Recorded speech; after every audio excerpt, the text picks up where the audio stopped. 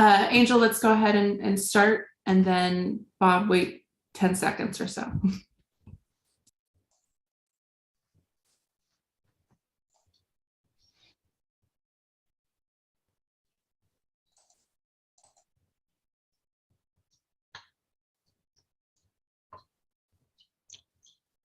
Okay, welcome to the PAEMST Awards ceremony. We welcome you to the Presidential Awards for Excellence in Mathematics and Science Teaching Recognition event, and we congratulate our 102 newest awardees. The PAEMST program is administered by the National Science Foundation on behalf of the White House Office of Science and Technology Policy. The NSF director and the head of the OSTP are both going to be here today to congratulate you, as well as a video of several congressmen, governors, and federal agency leaders congratulating you. This is your day, a day for recognition of your many years of teaching. We offer our thanks for the impact that your teaching has had on STEM education and workforce development. So without further ado, I want to introduce our first speaker. We begin with the welcome from Dr. Evan Hite, NSF Acting Deputy Assistant Director for the Education and Human Resource Directorate. Dr. Hite has served at NSF since 2013 in roles including Program Officer and Division Director. Previously, he was a faculty member at the University of California, Merced, where he worked to establish partnerships with school districts in California's Central Valley. Evan, thanks for coming to welcome the PAEMST awardees. Okay, well, good morning, everyone, and let me join Dr. Mays in welcoming you to the Presidential Awards for Excellence in Mathematics and Science Teaching. Congratulations to each of the recipients on this well-deserved honor. You provide an exceptional service to the nation. This ceremony is our way of recognizing what each of you has done to ensure that our nation's children receive the education they deserve and realize their best talents. As elementary school teachers, you shape students' early ideas of science and math. Collectively, you give students the skills and concepts necessary to be productive, which leads many of them towards science and math careers. What's even more impressive is that you've succeeded in educating students during a global pandemic, moving your instruction online and even outdoors sometimes to engage and inspire your students. You have frequently put their need to learn above anything else. Clearly, you are all here today because your work has been profoundly instrumental in your students' education. Again, thank you and congratulations to each of the honorees. The mission of the National Science Foundation and the success of the nation vitally depend on your work. Now, I am pleased and honored to introduce Dr. Setheraman Panchanathan and Dr. Alandra Nelson.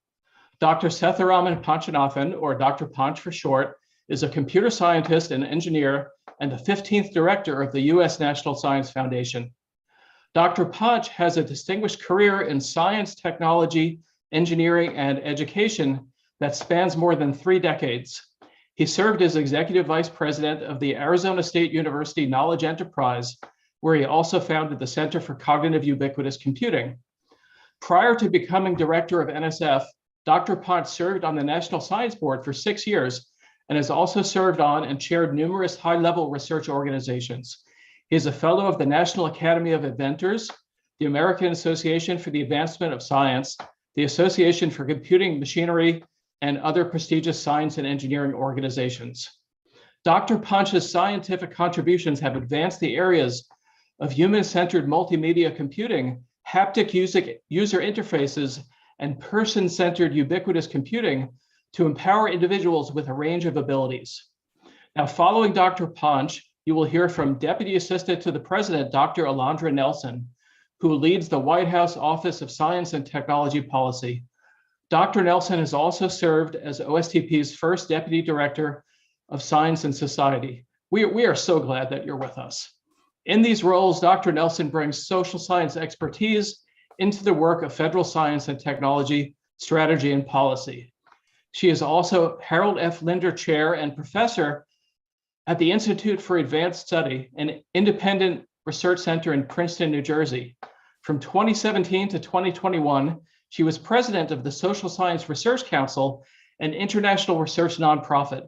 She was previously professor of sociology at Columbia University, where she also served as the inaugural dean of social science. Dr. Nelson began her academic career on the faculty of Yale University. Dr. Nelson's research has explored science, medicine, and technology as sites of both risk and empowerment, especially for underserved and vulnerable communities.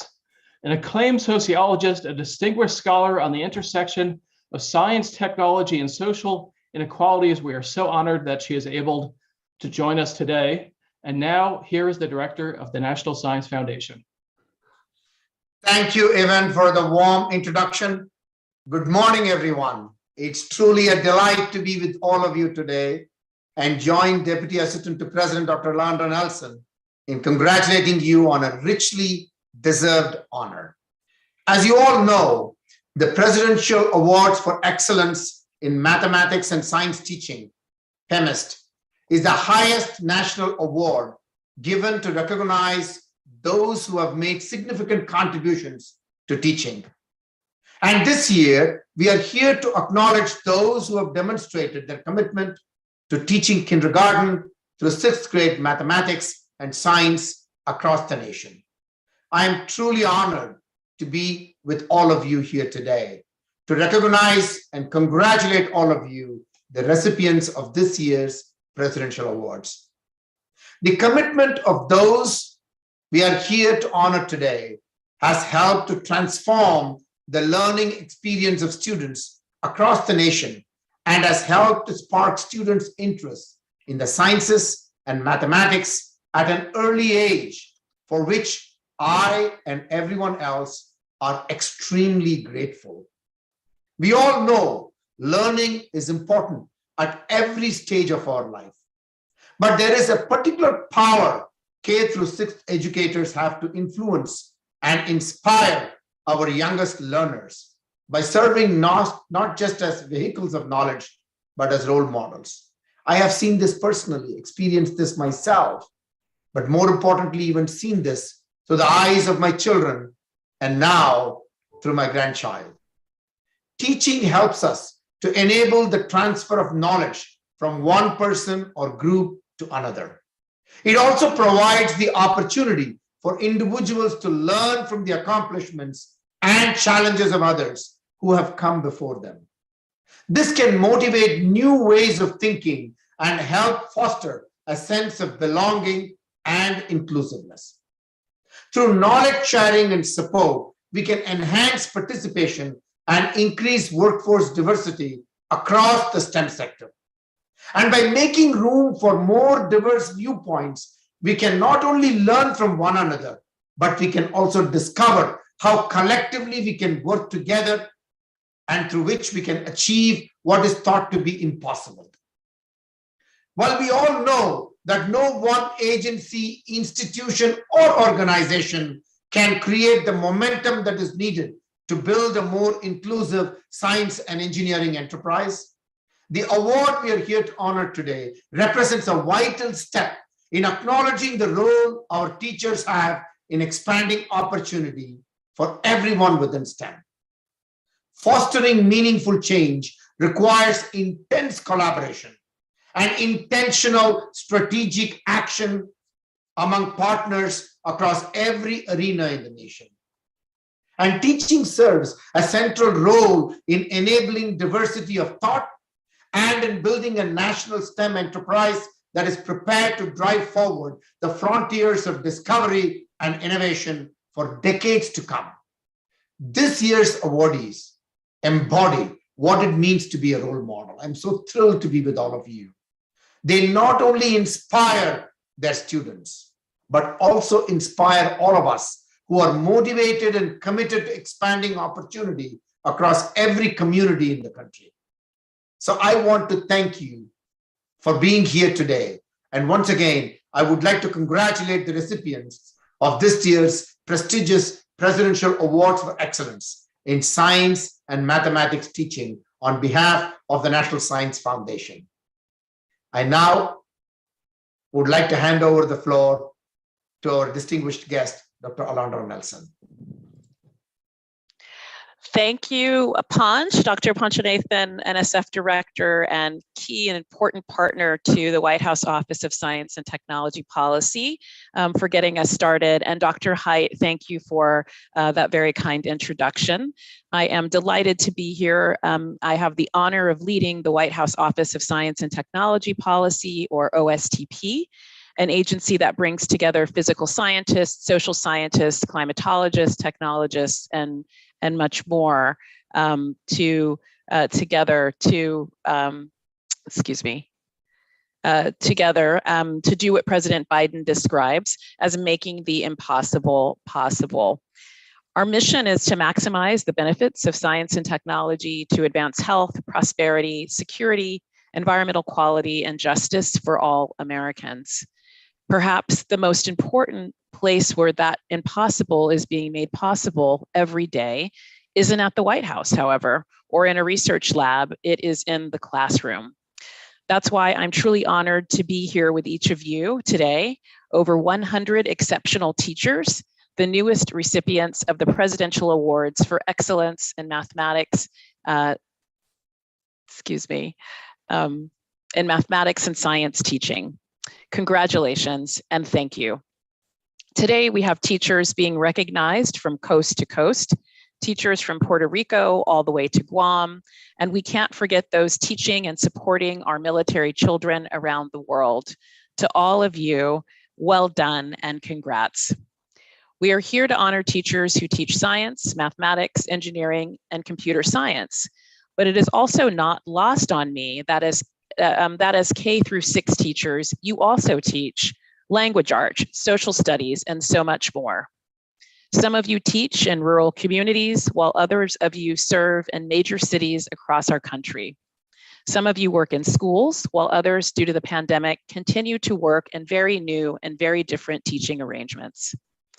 And we can't forget about the pandemic, how difficult the last 2 years have been on teachers, on students, and on families. You have not only been teachers, but mentors, IT specialists, and not to mention physical and virtual shoulders to cry on. And perhaps most of all, you have been innovators. Throughout this time, you have remained as committed as ever to your students while constantly learning on the job, trying new things, new approaches, new technologies to ensure your students continue to learn. And I know your commitment doesn't stop there. Many of you are deeply active in your schools and communities. Some of you are formal leaders in your schools. Others are working with researchers or nonprofits in your communities. Some serve on various boards and committees, while others are supporting pre-service teachers and helping to onboard new ones. You create environments where other teachers feel respected, valued, and listened to. You create places and spaces where students and teachers feel like they belong. You not only serve your students, you are part of the fabric that holds together schools and communities. We at the White House and at the Office of Science and Technology Policy are so deeply grateful for every teacher out there, for their deep commitment to their students and their schools, and especially those teachers who work in underserved and under-resourced schools and communities that have been especially hard hit during the pandemic. That's why our work at OSTP has been so focused on advancing equity in STEM education and the STEM workforce, and also addressing the broader systemic inequality that has held back too many marginalized people and communities for far too long. From the very start of the Biden-Harris administration, we've prioritized robust engagement with the public to help inform our actions to address inequalities of the STEM ecosystem. We know that addressing these inequalities is essential to America's global competitiveness in the 21st century, to unlocking all the possibilities that science and technology have to offer. And of course, doing this is the right thing to do. We began by launching a series of roundtable discussions called The Time Is Now, with teachers, learners, advocates, and community leaders, as well as many others, to better understand the experiences of those in underserved and underrepresented communities. We continued this work through a national ideation challenge, collecting ideas from the American public about advancing equity in science and technology by asking a central question. How do we, all of us together, guarantee that all Americans can fully participate in and contribute to science and technology? Next, OSTP will be releasing a STEM equity strategy later on this year, and we intend to create, through our Committee on STEM, a new federal STEM education strategic plan that takes equity as central to our work. We are fully committed to this work, and we know that you are too. That's why I'm thrilled to have the opportunity to be with this group here today.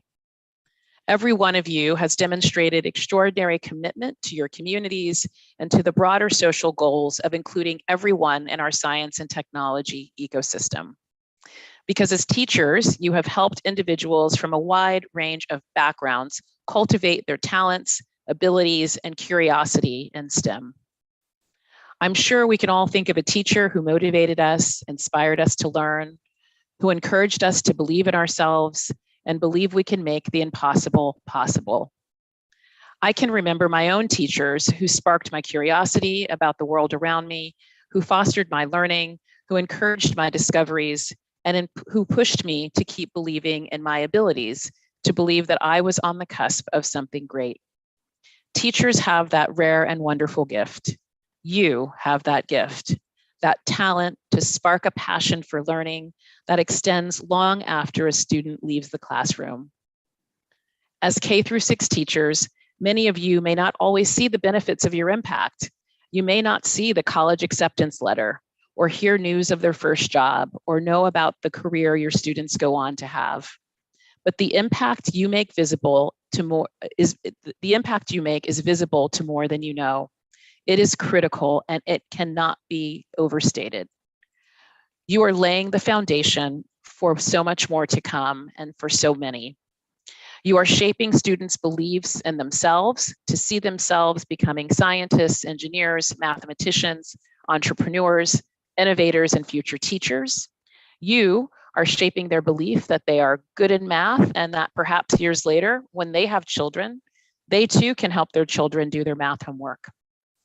You are playing a critical role in shaping each learner, each future American worker, each young person that we want, no matter their final profession, to see themselves as lifelong learners, as active members in a lifelong STEM engaged community. What you have done and what you will continue to do is no small task, because the impact of a good teacher is monumental, is life-changing, and the results of good teaching can reverberate for years, decades, and generations to come. I'm honored to acknowledge and appreciate all of our presidential awardees today. Thank you for your service. Thank you for your dedication. Thank you for your commitment to helping sustain our country's most precious resource, its people. I understand that Jim Colby, who is quite the historian of these awards, will now take the mic. Thank you all so much again, and over to you, Jim. Dr. Nelson, thank you. It's an honor to follow you in this program. And I'm going to first introduce, I have 3 little specs today on Zoom for all of us. I will introduce a congressional video, we call it, and it provides congratulations to all of you from members of Congress, the US House and the Senate, governors, and some federal agency officials. And it's a wonderful video. And I believe we go to it now, and then we'll be back to me for a few words about the presidential program.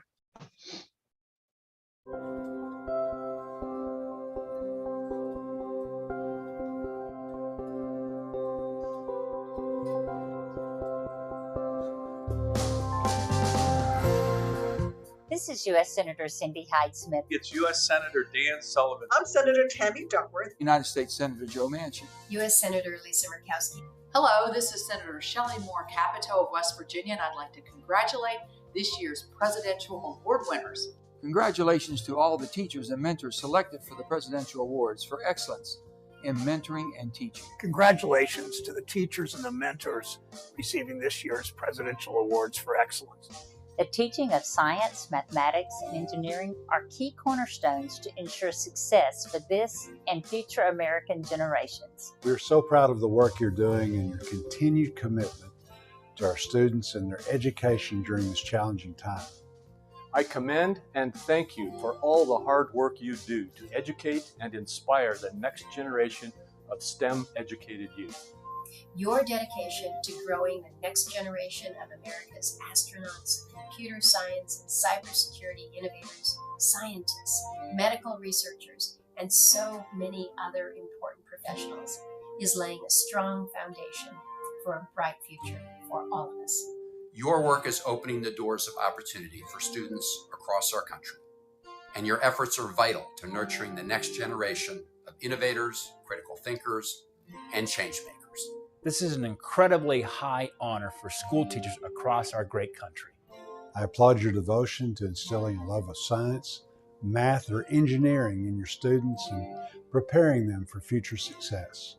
I just want to thank you for your mentorship, for your teaching abilities, for your ability to influence young people and make the world a better place. And we can't thank you enough for your hard work. To all, I say, job well done. Thank you and be well. This is Congressman Alex Moody. I'm Carolyn Bordeaux, Congresswoman from Georgia's 7th District. I'm Congressman Dave Joyce. Dusty Johnson from South Dakota. I'm Congressman Jay Gills. Congressman Jimmy Raskin. Congressman Jimmy Gomez. I'm John Larson. I'm Gallo McEachin. Congressman Antonio Delgado from New York's 19th Congressional District. And I just want to say congratulations to all of the exceptional teachers and mentors who have won excellence awards in science and engineering. What an honor it is for me to congratulate you teachers and your mentors on the wonderful STEM education work that you're doing. Your outstanding work is shaping the next generation of American scientists, mathematicians, engineers, securing our nation's place as a leader in science and technology. It's obviously a subject area that is very important to everybody from local to federal and worldwide. Your dedication and commitment to your students will ensure that they will have the skills necessary to compete in the global economy. I just wanted to say thanks to all our teachers. We are so proud of the great work that you do for our students day in and day out. We're extremely proud of your accomplishments and to each of you who have persevered in helping to mentor these during a very difficult year. As a former teacher, I wanted to reach out and say congratulations to this year's winners who are amazing teachers and mentors to our young people. Your dedication to your work is inspiring and noble. Know that it will make a difference for generations to come. We are so grateful for teachers and mentors like you who are bringing along the next generation of young people who are specializing in the STEM fields. STEM programs are so important, and your contribution in shaping the future leaders of our great nation are vital. Thank you for your tireless work and all that you do to educate and inspire your students. Thank you for your work as well. We're deeply grateful for all that you do to nurture those who are coming up as future leaders. To all of the recipients of this year's Presidential Awards for Excellence, thank you so much for everything that you've done, and I look forward to everything you're going to do in the future. Hi, I'm Pennsylvania Governor Tom Wolf. This is Nebraska Governor Pete Ricketts. Governor Tony Evers here. This is Kentucky Governor Andy Beshear. I'd like to congratulate all the incredible, dedicated educators who are receiving presidential awards for excellence in science, math, and engineering mentoring. And the winners of the Presidential Award for Excellence in Mathematics and Science Teaching. We know that education is the key to building a better world for all of our people. Mentors and teachers like you go above and beyond to help others succeed in the classroom and in the workplace and beyond. Thank you to all of this year's winners for all you do for the promotion and education of the STEM field. And once again, congratulations on the significant achievement. My name is Gerald Bennett, and I'm the HUD Liaison for Federal Interagency STEM Initiatives. I'm Janet McCabe, Deputy Administrator of the U.S. Environmental Protection Agency. Congratulations from NOAA. Congratulations to this year's presidential awardees from the United States Patent and Trademark Office. I'm thrilled to be able to be here with you today to congratulate you for your commitment to unlocking the power of STEM. By sharing your knowledge and passion and inspiring the next generation of STEM experts, you are making the invisible visible. On behalf of the Department of Veterans Affairs, I want to extend our deepest thanks and appreciation for all you do as mentors and teachers to support STEM students in their future. Thank you for all you do to encourage innovation in all of our students.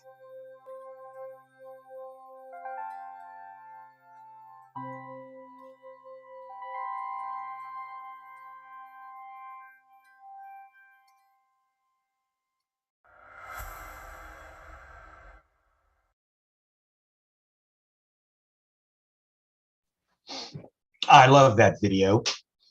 I really love that video. That is a powerful reminder to all of our awardees that support for what you do and support for this award is sea to shining sea across the country.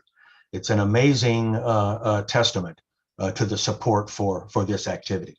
As the amateur historian for the National Science Foundation, I'd like to read for you something that Carl Perkins, who was a member of Congress from the great state of Kentucky, on February the 28th of 1983, introduced the legislation that would establish the Presidential Award for Math and Science Teaching. And Carl Perkins was followed up by a U.S. Senator 2 months later, and that was Orrin Hatch, the senator from Utah, who introduced the Senate version of the legislation to establish the Presidential Award. And in the language that Senator Hatch drafted, I'll read it to you from the actual bill that set up your award.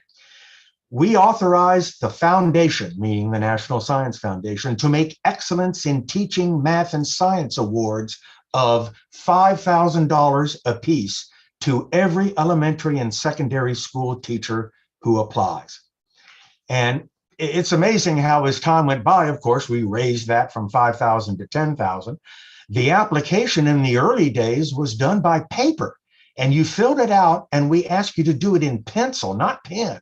And then you mailed it to the National Science Foundation. And of course, now everything is digital, and it's wonderful. We get everything online. It's much more efficient. But, you know, as a dinosaur, I kind of look back on the old days of pen and paper, and I long for the return to that.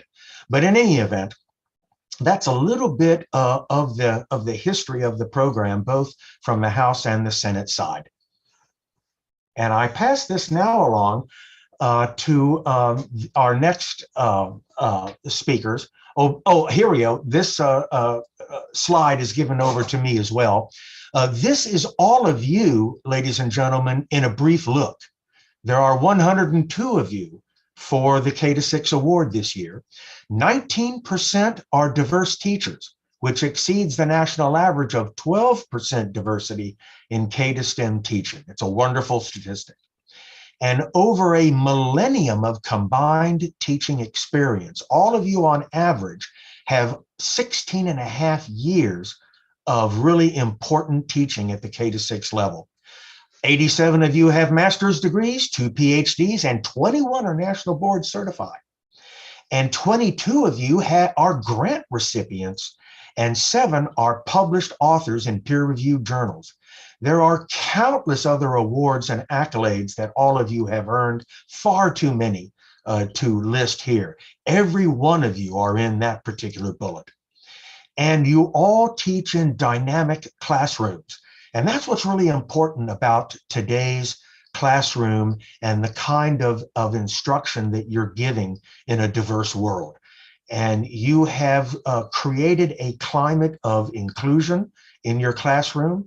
And it's just a wonderful thing to look at all of your videos when you applied for the award, which I did, and I've looked at all of your bios. And all I can say is what an absolutely amazing group of teachers you are. Congratulations to every one of you.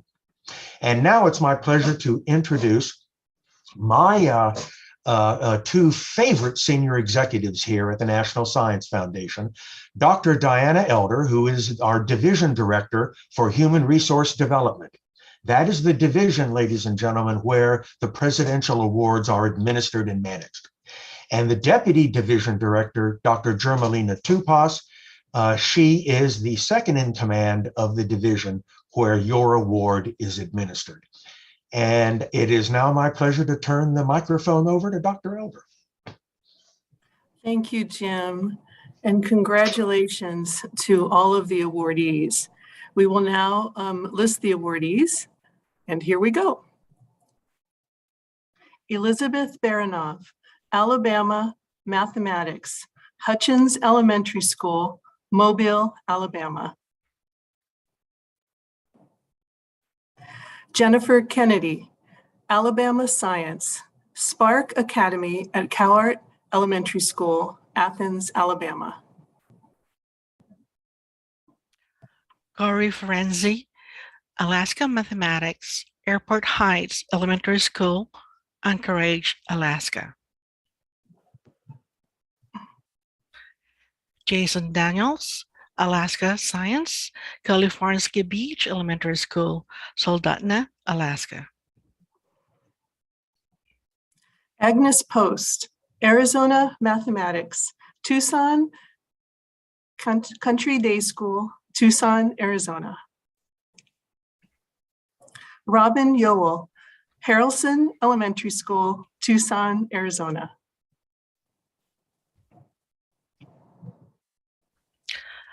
Lindsay Hall, Arkansas Mathematics, Bernice Young Elementary, Springdale, Arkansas.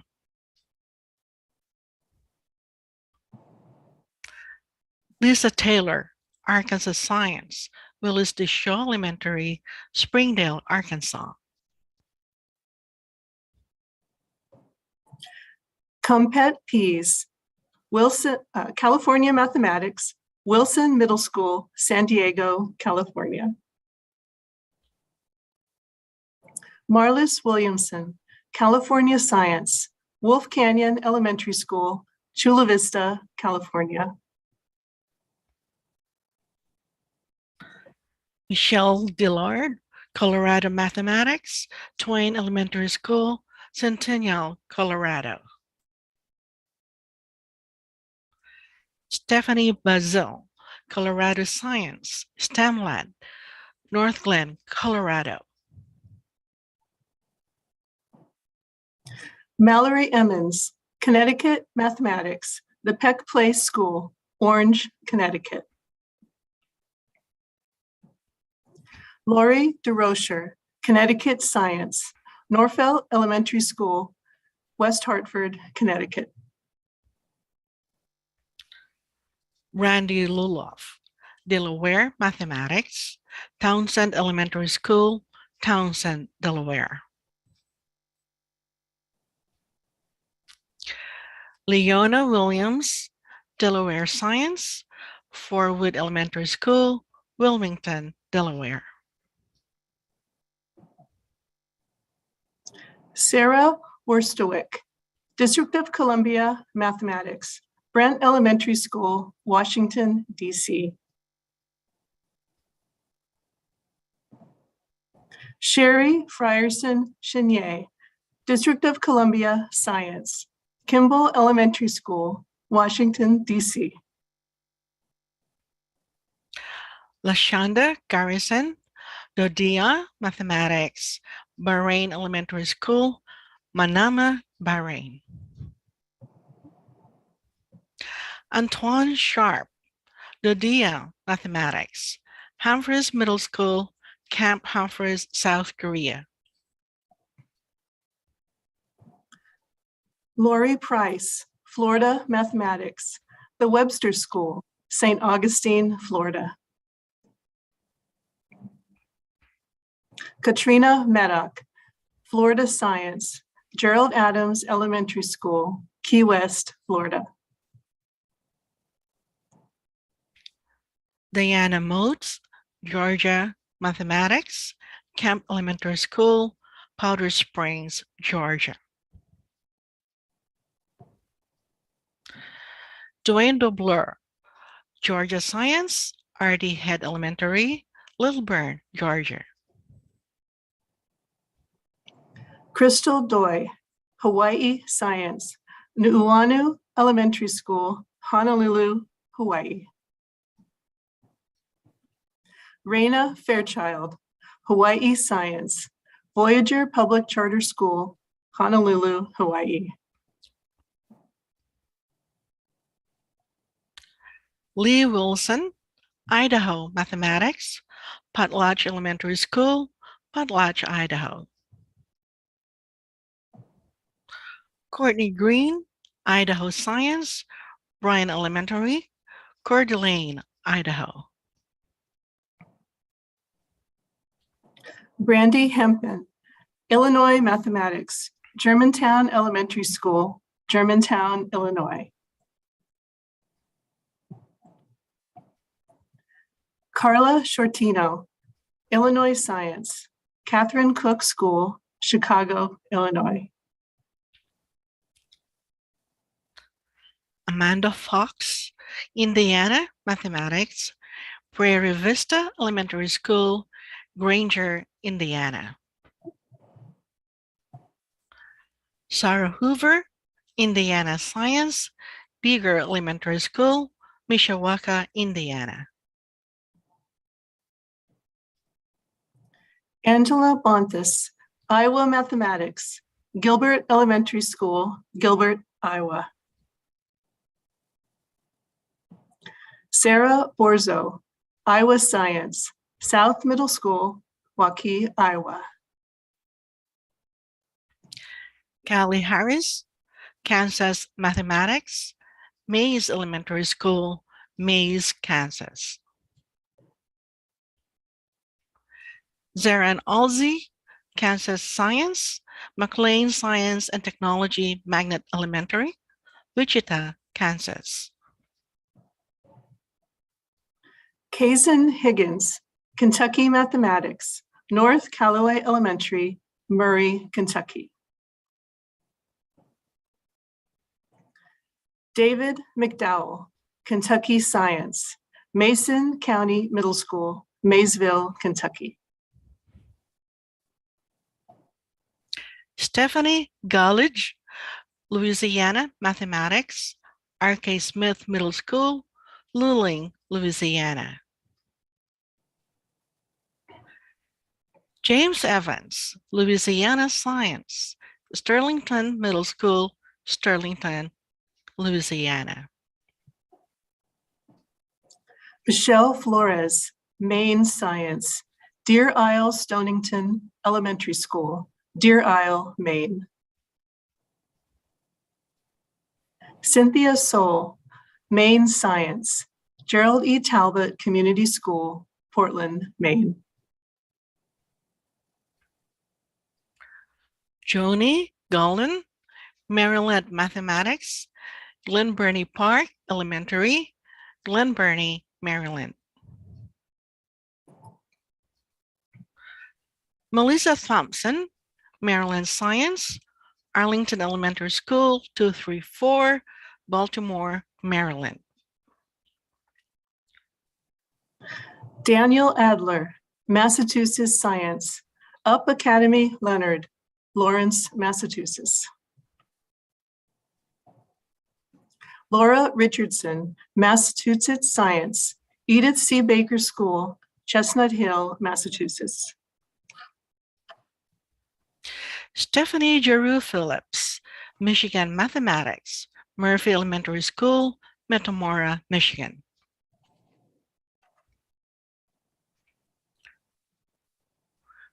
Bridget Zaradnik, Michigan Science, Parkview Elementary School, Novi, Michigan. Abram Schwartz, Minnesota Mathematics, Bemidji Middle School, Bemidji, Minnesota. Brian Hare, Minnesota Science, Eastham Middle School, Woodbury, Minnesota. Laura Vivens, Mississippi Mathematics, and Smith Elementary, Ridgeland, Mississippi. Millicent Gunter, Mississippi Mathematics, Bayou Elementary, Gulfport, Mississippi. Cassidy Uri, Missouri Mathematics, Jefferson Middle School, Columbia, Missouri. Stacy Sharp Adamson, Missouri Science, Belle Prairie Elementary School, Kansas City, Missouri. Cheyenne Schmidt, Montana Mathematics, Olney Business School, Whitefish, Montana. Christina Pavlovich, Montana Science, East Side Intermediate School, Livingston, Montana.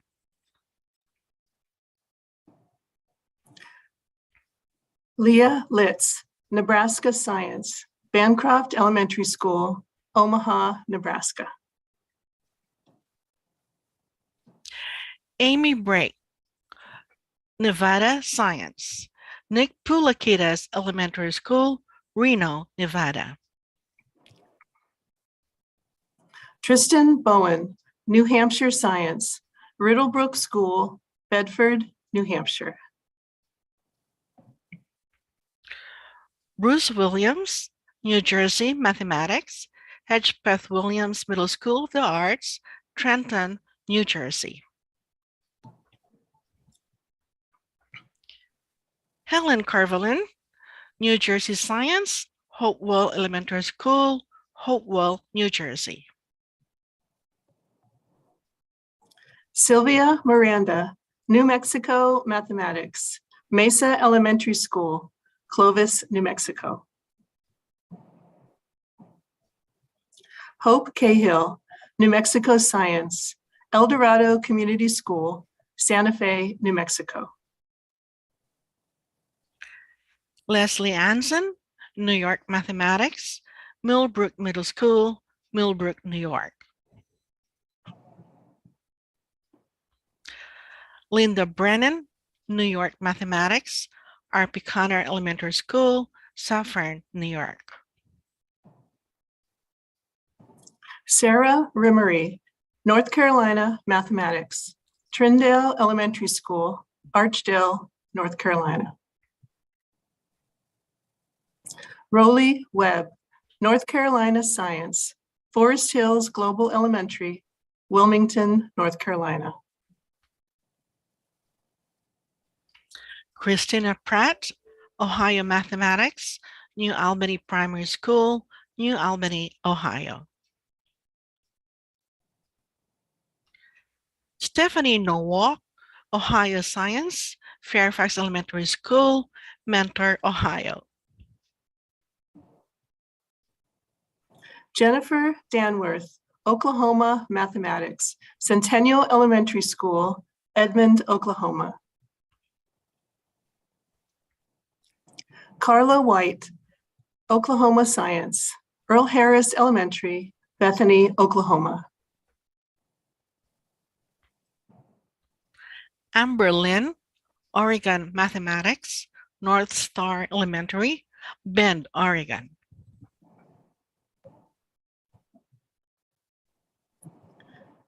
Jessica Tilley, Pennsylvania Mathematics, William M. Meredith Elementary School, Philadelphia, Pennsylvania.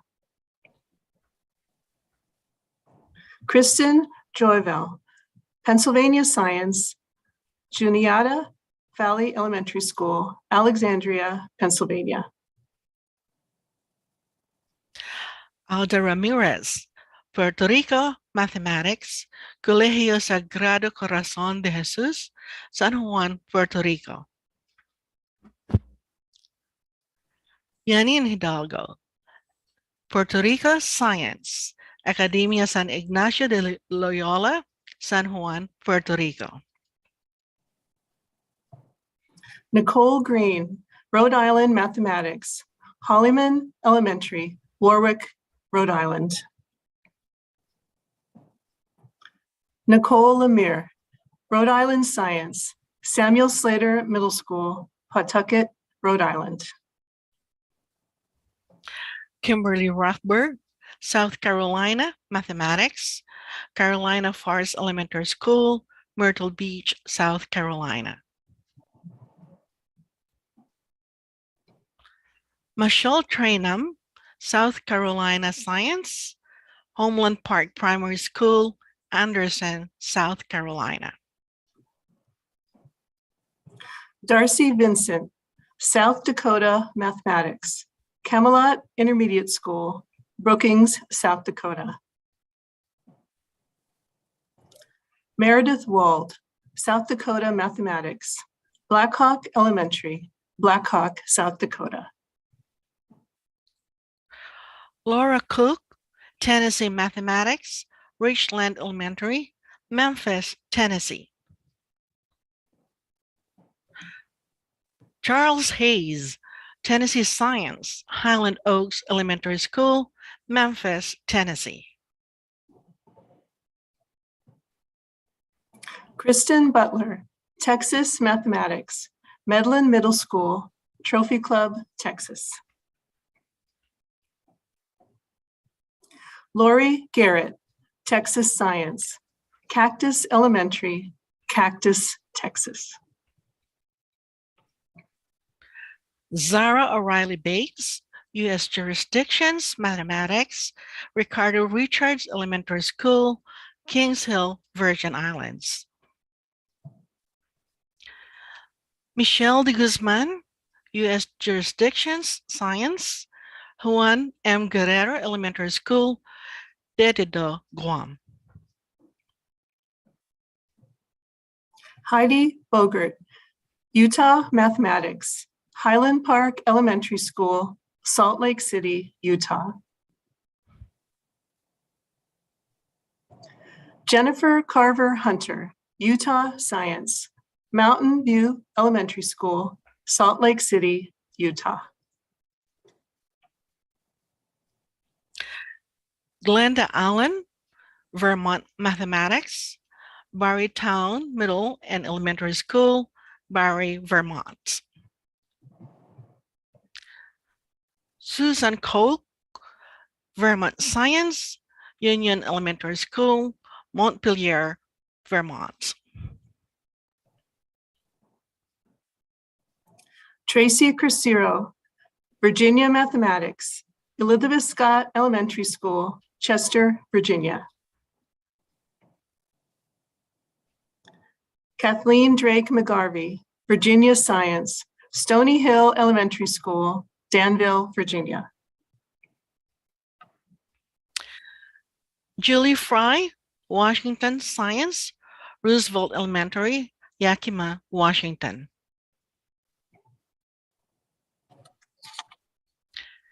Allison Greenberg, Washington Science, Woodside Elementary School, Bethel, Washington. Joni Jones, West Virginia Mathematics, Suncrest Elementary, Morgantown, West Virginia. Tiffany Pace, West Virginia Science, Waverwood Elementary, Charleston, West Virginia. Lois Womack, Wisconsin Mathematics, Marvin E. Pratt Elementary School, Milwaukee, Wisconsin.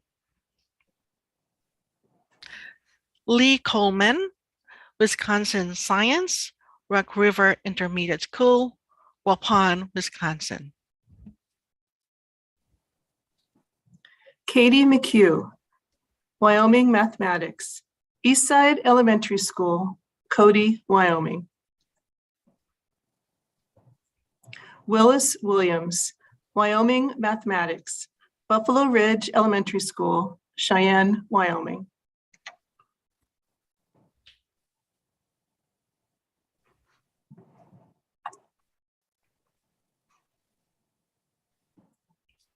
Thank you, Diane.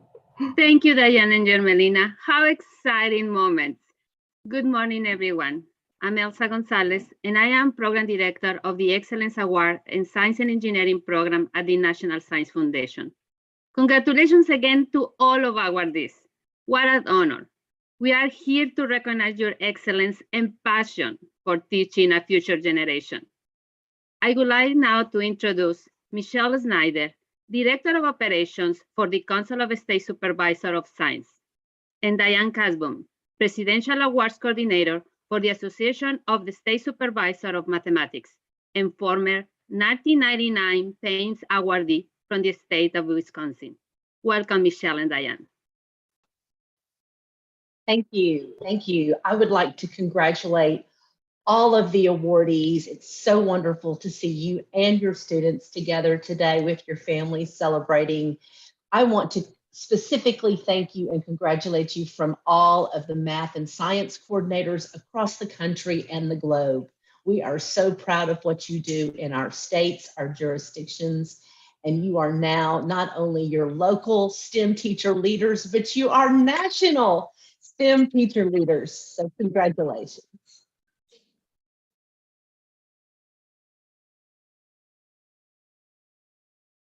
Hi, my name is Diana Kaspam, and congratulations to all of you. What an exciting time. Being a PAEMST awardee will certainly open many new opportunities, so take hold, keep your options open, and enjoy the ride.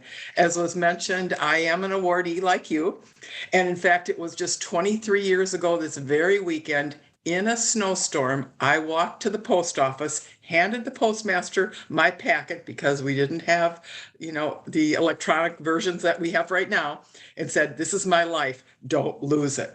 Little did I know what doors would open for me. So I'm hoping that you will find, as I have, that I've grown both as a math educator and as a leader, and have 3 important ways for you to get involved. One is through the newly established, we're just in our 2nd year, called the Alumni Representative Program. Each of our states has a designated alumni representative, and their goal is to build an alumni network, a state-based alumni network. So contact your state coordinator, contact your alumni representative, and get involved. The second way is to get involved at the state and national STEM organizations. Reach out to your affiliates of NCTM, NSTA, CSTA, and other STEM organizations, and reach out to the national organizations as well. In fact, there are several presidents of national organizations who are presidential awardees. And third is get involved nationally with other alumni organizations. There's the CPAM, the Council of Presidential Awardees in Mathematics, APAST, the Association of Presidential Awardees in Science Teaching, and SEPA, the Society of Elementary Presidential Awardees. Enjoy the ride, celebrate your awesome achievement, and congratulations to everyone.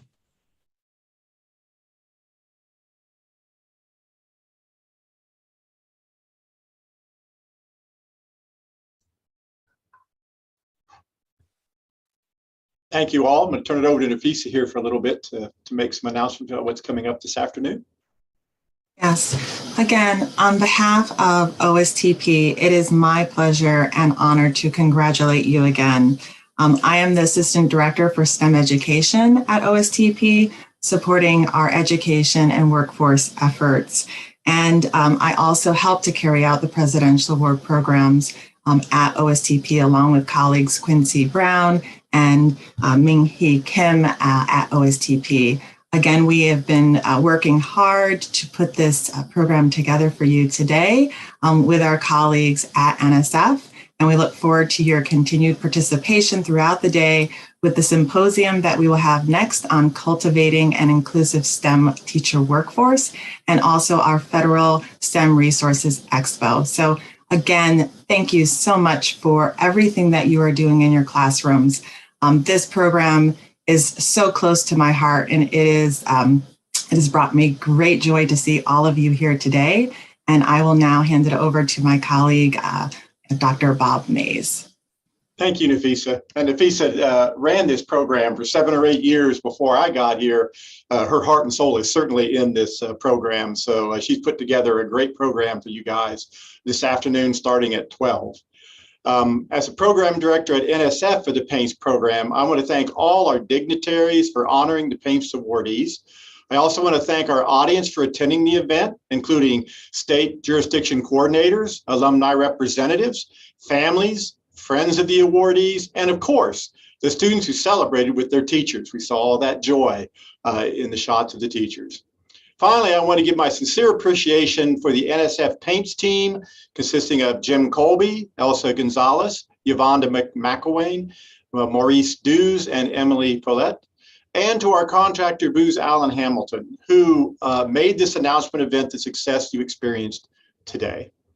After the OST Symposium and the Expo that Nafisa just talked about, the awardees will have a chance to gather and get to know each other later this afternoon. So enjoy your day, and we will see you all later this afternoon. One final congratulations to all of you.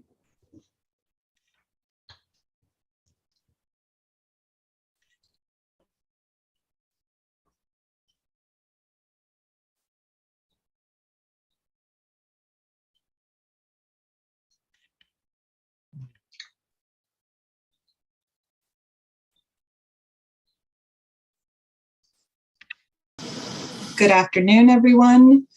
We are so glad that you are able to join us. My name is Nafisa Owens. I am the Assistant Director for STEM Education at the White House Office of Science and Technology Policy.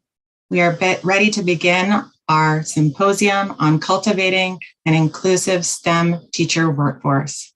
I'd like to begin by introducing two of our welcoming speakers, Dr. Alandra Nelson. Dr. Nelson is performing the duties of the Director of the White House Office of Science and Technology Policy. She leads OSTP's 6 policy divisions in her work to advance critical administration priorities, including groundbreaking clean energy investments, a People's Bill of Rights for automated technologies, a national strategy for STEM equity, an appointment of the nation's Chief Technology Officer, data-driven guidance in implementing the bipartisan infrastructure law, a transformative, life-saving, community-connected health initiative, and programs to ensure the U.S. remains a magnet for the world's top innovators and scientists. As the Deputy Assistant to the President, she has served since day one of the Biden-Harris administration as Deputy Director of the newly created OSTP Science and Society Division.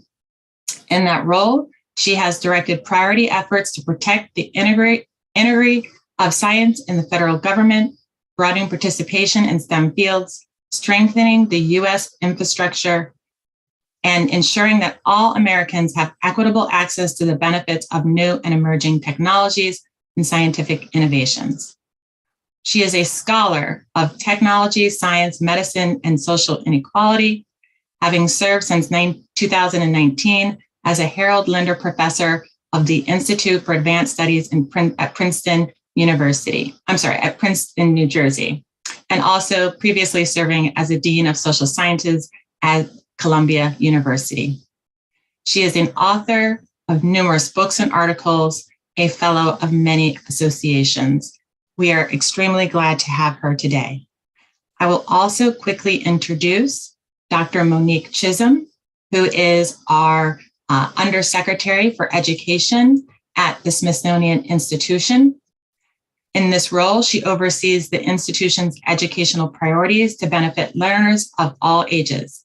A transformative leader for over 25 years with experience in education and 16 years of experience leading complex organizations and projects. She is a former teacher, state administrator, federal policy maker, and she brings a unique lens and set of experiences to the work, with a focus on equity and systems change. Dr. Chisholm was also the Vice President for Education Policy and Strategic Initiatives at the American Institutes for Research. Prior to that, a Deputy Assistant Secretary for Policy and Programs at the U.S. Department of Education. We are extremely happy to have both of these distinguished individuals give remarks. Thank you so much. Dr. Alandra Nelson. Welcome, everyone. Thank you, Dr. Owens, for the introduction. I'm Alandra Nelson, and I am thrilled that you have joined us. Earlier today, many of you participated in an award ceremony celebrating the most recent recipients of the Presidential Awards for Excellence in Mathematics and Science Teaching. This award is the highest honor a STEM teacher can receive in the United States, a testament to the commitment that each awardee brings to the classroom, both physically and virtually, to meet the learning needs of their students. Your dedication to prepare students today for jobs of the future plays a huge role in our nation's ability to innovate and compete globally. And now we are excited to continue today's events with a symposium on cultivating an inclusive STEM teacher workforce. The benefits of a STEM education often fail to reach every learner in this country due to racial, gender, economic, and geographic disparities that have persisted for far too long. Yet STEM teachers serve as powerful catalysts for developing the limitless potential of America's students. So part of our discussion today is about how to continue to improve equity and inclusion in our classrooms, schools, and communities. We at the White House are deeply committed to this work, and we are so grateful to our colleagues at the Smithsonian Institution who continue to be valued collaborators. We greatly appreciate their support in carrying out today's activities. With that, I'd like to invite Dr. Chisholm to say a few words. Thank you, Dr. Nelson. It's so good to be back with everyone. And I had a chance to watch this morning, and I'm so filled up and so excited. Again, my name is Dr. Monique Chisholm. I'm the Undersecretary of Education at the Smithsonian. And I first just want to start off by thanking the White House Office of Science and Technology Policy and also the National Science Foundation for the invitation to say congratulations today. You know, I know that accepting the title of educator or teacher carries a significant responsibility. As a person who has devoted my entire professional career to education, I have such respect, admiration, and just delight for fellow teachers and educators across the world who choose year after year to bless us with their craft and also help to change the lives of students. And so congratulations for being the top in your field in this area. Teachers help all of us discover, dream, and believe in ourselves, and ultimately help to cultivate the potential of our nation's promise. Teachers help students realize the best versions of themselves so that our nation can become the best version of itself. So today we celebrate you. I want to say thank you for helping to contribute to the STEM pipeline, and also thank you for helping to support practices that cultivate diversity, equity, access, inclusion for our underserved students and that population. We know from research that teachers are the most important within-school factor for improving student achievement.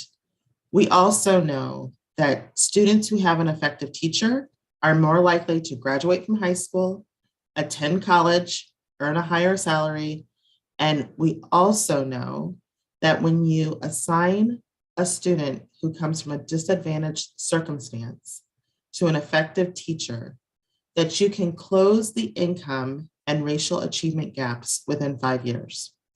So again, thank you for the incredible work that you are doing. Here at the Smithsonian, we honor you, we support you, and we want to make sure that you know that we're here to be a partner with you. The Smithsonian was founded as our mission for the increase in diffusion of knowledge. And we stand committed to be a partner with you as one of the foremost education organizations in the country. Many of you might know the science arms of the Smithsonian, but some of you might not. So I just want to say that our Air and Space Museum, our Natural History Museum, our Astrophysical Observatory with Harvard, the Smithsonian Environmental Research Center, and Smithsonian Science Education Center, just to name a few, all stand ready to support and partner with you in the work that you do. You'll have a chance to hear from my colleagues later at the Smithsonian Science Education Center. But once again, I just want to say congratulations and thank you for all of the work that you're doing for our nation. Thank you, Dr. Nelson and Dr. Chisholm. So we just have a couple of slides that we'd like to present before our panel begins. First, wanting to re-emphasize the priority that the Biden-Harris administration has put on equity from day one, with their focus on the priority noted on the slide. Can we go to the next slide, please? And when we talk about equity, We're talking about the consistent and systematic, fair, just, and impartial treatment of all individuals.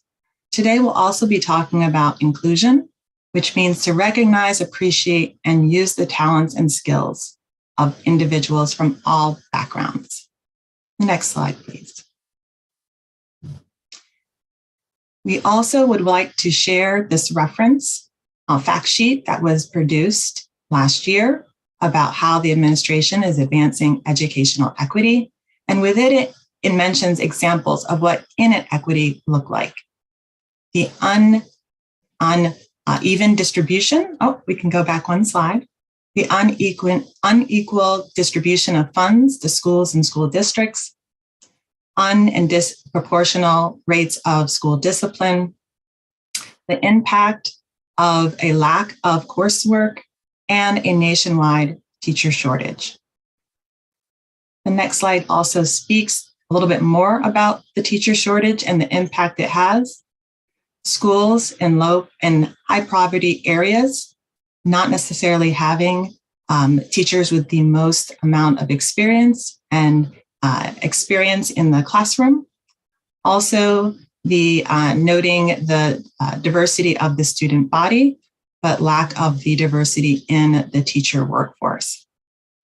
These are all available references to the public as well. So anyone visiting and watching us on YouTube has access to learn more information about these resources.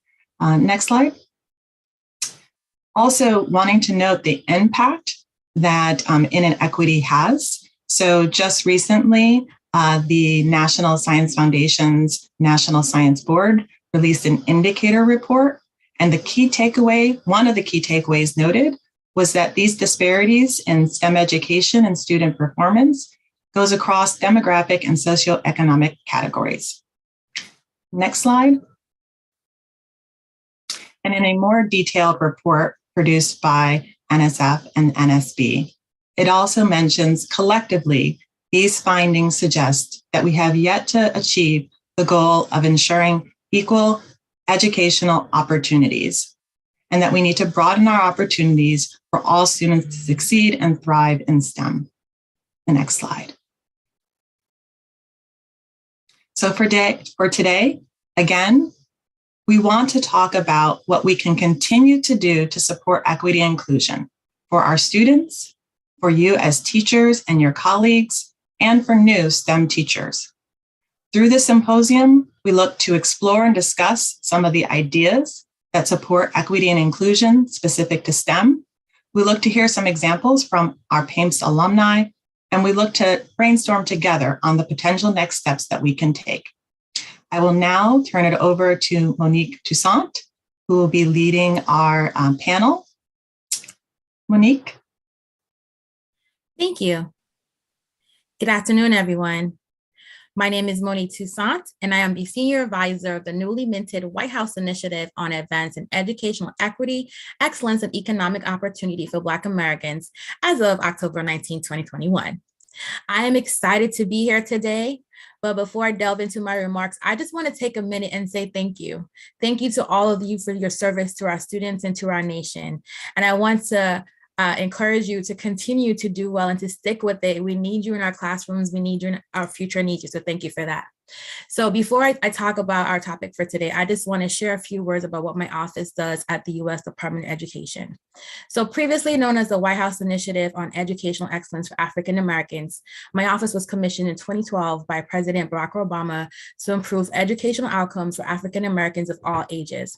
Since our inception, the initiative has worked with individuals, organizations, and institutions throughout the country to highlight and share effective national and local programs, policies, and practices that support the success of Black students and provide them with education that prepares them for college, satisfying careers, and/or productive lives.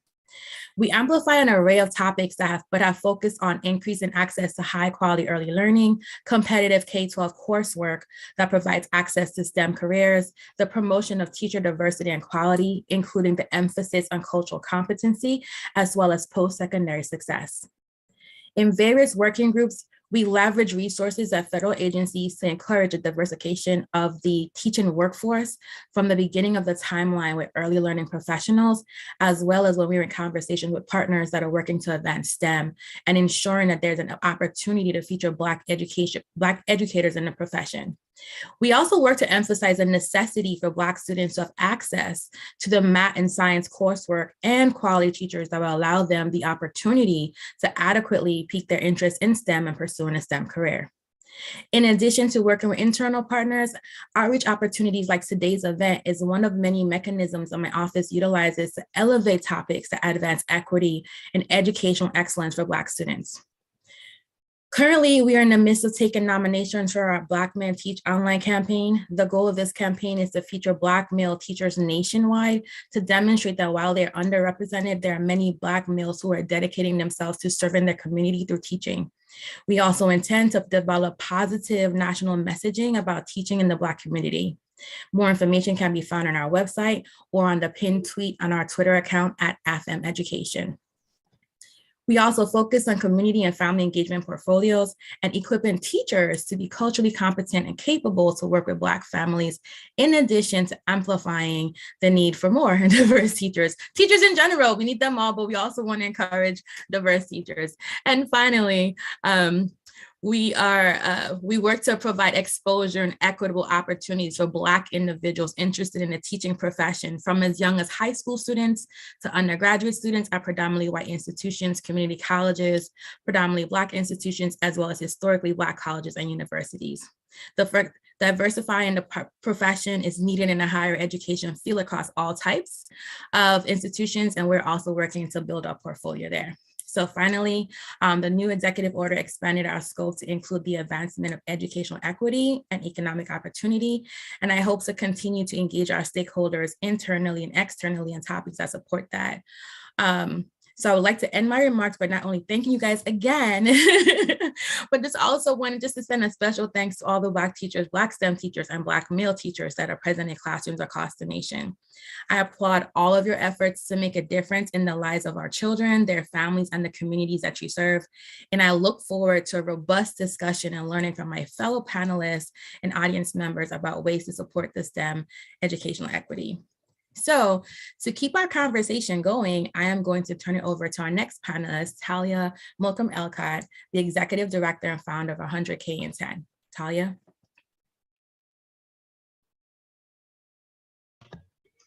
Hello, everyone, and good afternoon or good morning, wherever you might be. It is such an honor to be here in the presence of the leadership from the White House, from the U.S. Department of Education, from NSF and the Smithsonian, and also, and most importantly, all of you incredible teachers who day in and day out are serving our country by giving opportunity and opening up the futures to so many young people. If we were in person, we would stand to applaud you. So I just want to do that now and just say thank you so much for all that you are doing for each of your students, for your communities, and for all of us in the course of that. So Monique, thank you so much for this introduction and for giving us a chance to have this robust conversation. We did not, those of us here gathered, need a pandemic to teach us how important science, technology, engineering, and math are to our future. We know it in our bones. We know it because the fastest growing sectors are STEM sectors, because women and men in STEM jobs earn significantly more, women at 33%, men at 25% more in STEM careers than they do anywhere else. There's no path to a future that is diverse and equitable, to innovation that serves all of us, and to economic equity that does not go through STEM. And so knowing that, 11 years ago in 2011, President Obama put out a call for 100,000 excellent STEM teachers. I'm just gonna see if I can share my screen with you all to just share some slides as we talk about this together. Give me 1 second.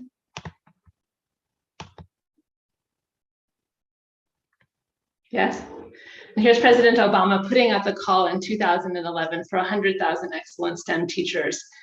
28 organizations stepped up to respond to that call. and from every sector, contributing both the preparation of more and excellent teachers, the support of those teachers so you all can stay and thrive in the classrooms where you work, and doing everything else that we could do to prepare and to respond to that goal to prepare 100,000 excellent STEM teachers. Here's a sampling of these organizations from across sectors, including the Smithsonian and NSF and USAID. And last year, we did in fact reach that peak, preparing not just 100,000, but actually 108,000 teachers, with more teachers prepared in the last 2 years, these pandemic years, than in any other 2-year period. And in fact, some of those teachers who have been part of 100K and 10, we are honored to celebrate as PAEMST awardees today.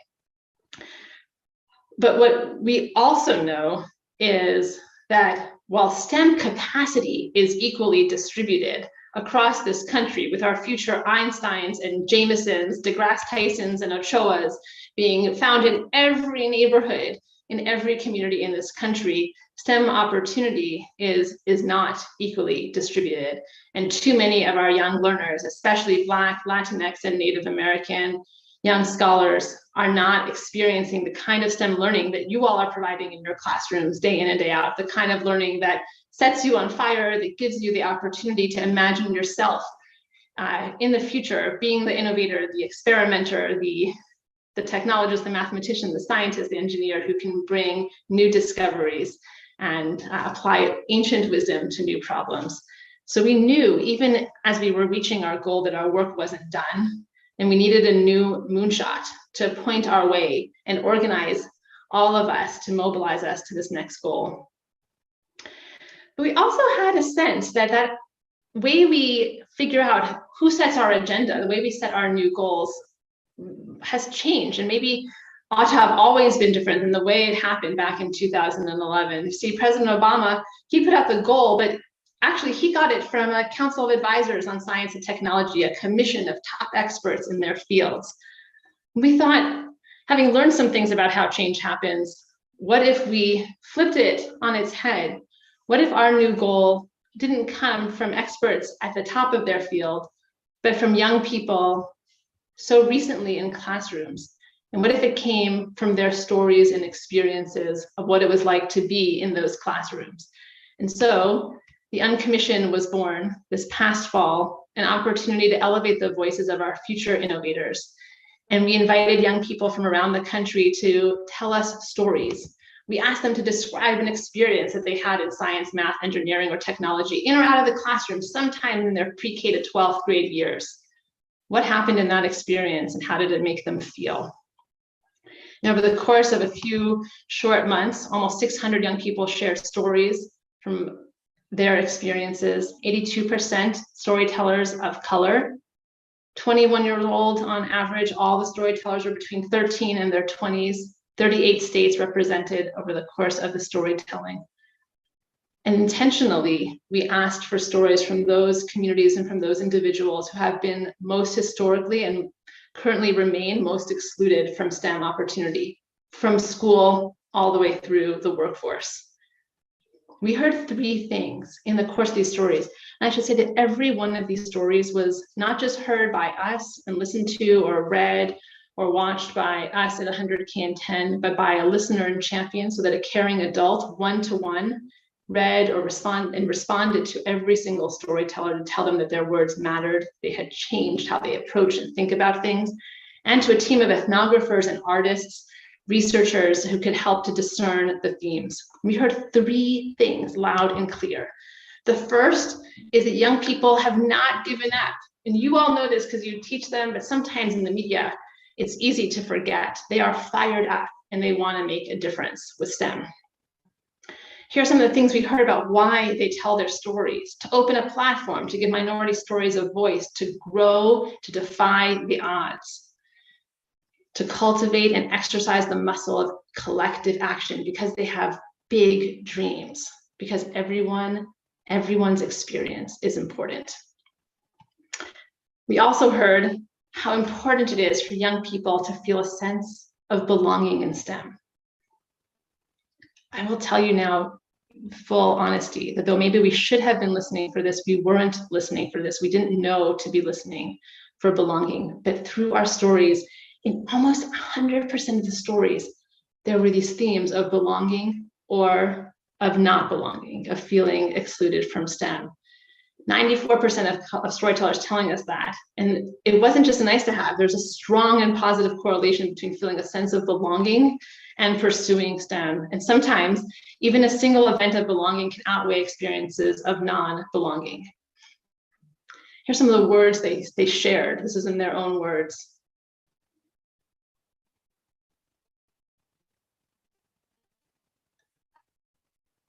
And finally, teachers, you are the most powerful force for fostering belonging in STEM. Dr. Nelson shared how teachers can catapult folks forward and close racial and income gaps in just 5 years. Such a strong part of this is because they create experiences of belonging and connection in STEM. More than anything else, storytellers pointed to teachers as the source of belonging. And you can see here that almost 70% of the time when they talked about shifting toward belonging, it was a teacher that made that happen. More than anyone else, Black, Native American, and LGBTQ plus storytellers were actually 2 times as likely to talk about feeling belonging through identifying with their teacher's race or gender. So in the ecosystem of belonging, which is the place where STEM can flourish, teachers are our keystone species. And what we also know, and we said it earlier, is it is so hard as it is to be what you can't see, we know how hard it also can be to teach what you don't experience.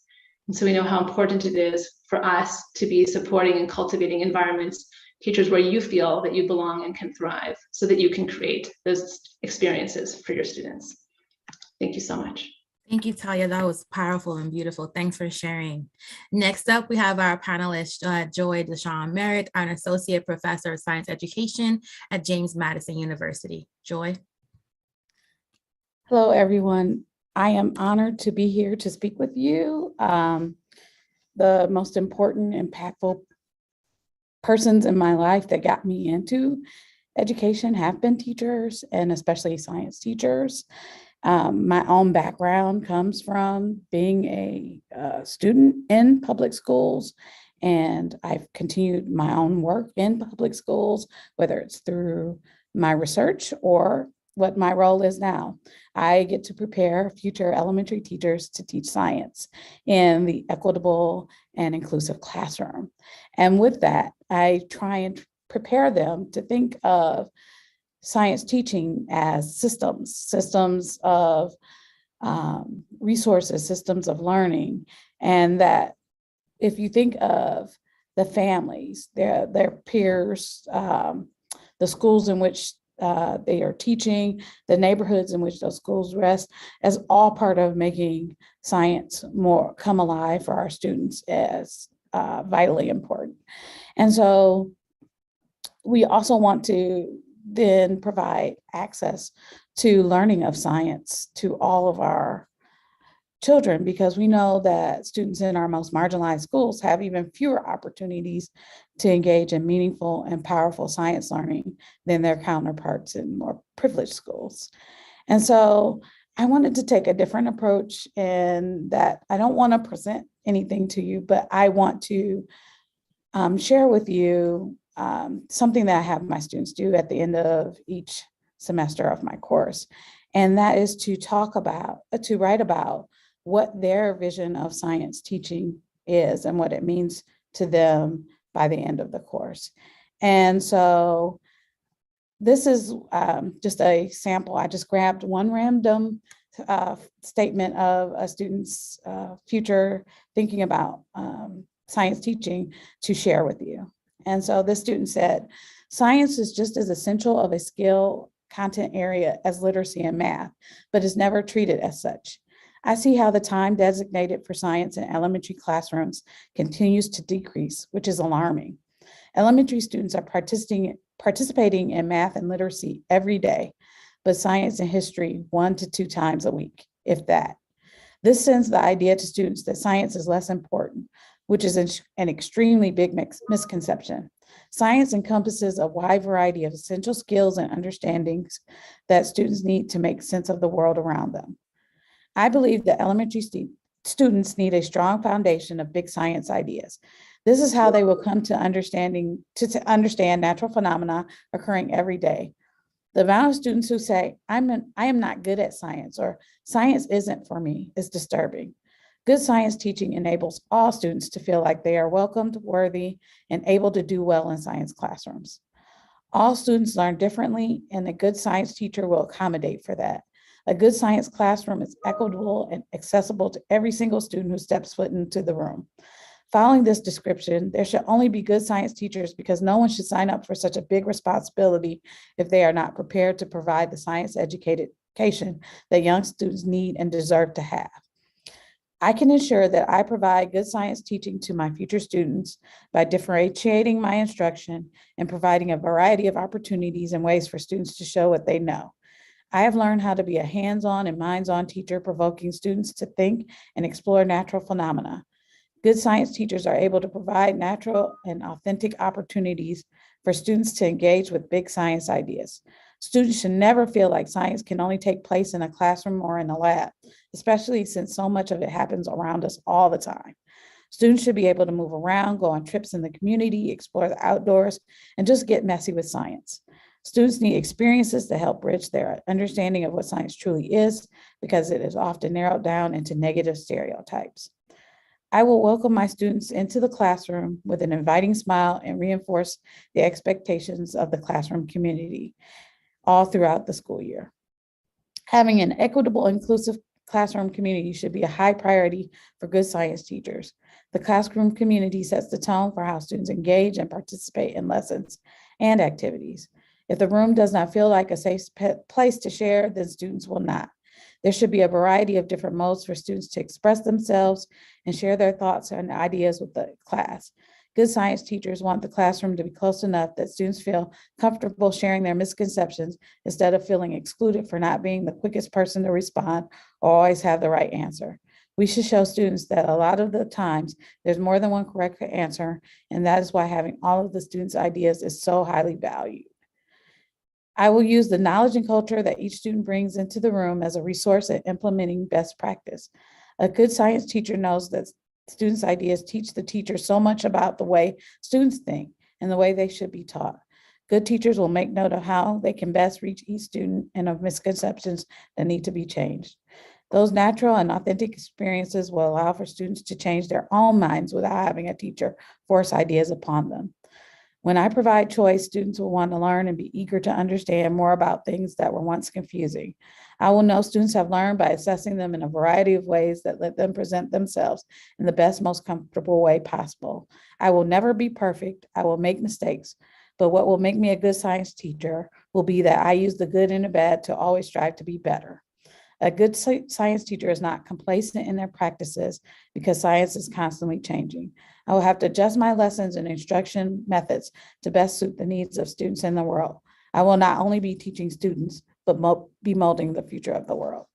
And so that is what I want all of my future teachers, all teachers, to be able to say to any student anywhere about what their job is to allow for all students to be a part of the science community and learning and growing and sharing their ideas. So thank you for allowing me the opportunity to share what I'm doing with my students and what they're learning and what the future will bring with your future colleagues that are preparing themselves to be teachers right now.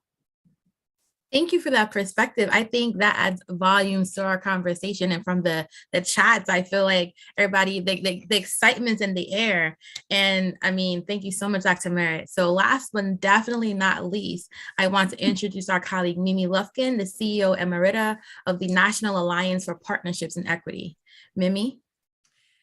Thank you, Monique. Good morning, good afternoon to all of you. It's a pleasure to be here with my colleagues on the panel. And also I want to thank Alandra Nelson and Nafisa Owens for this invitation. It's an honor for me as well to be here, and on all the staff at the Office of Science and Technology Policy. You've played a critical role in informing STEM policy across the nation, and certainly in recognizing these teachers here today. Congratulations to you all as well. So, and to you who've received these awards, I stand with Talia. I won't stand up because you'll just see my head will disappear.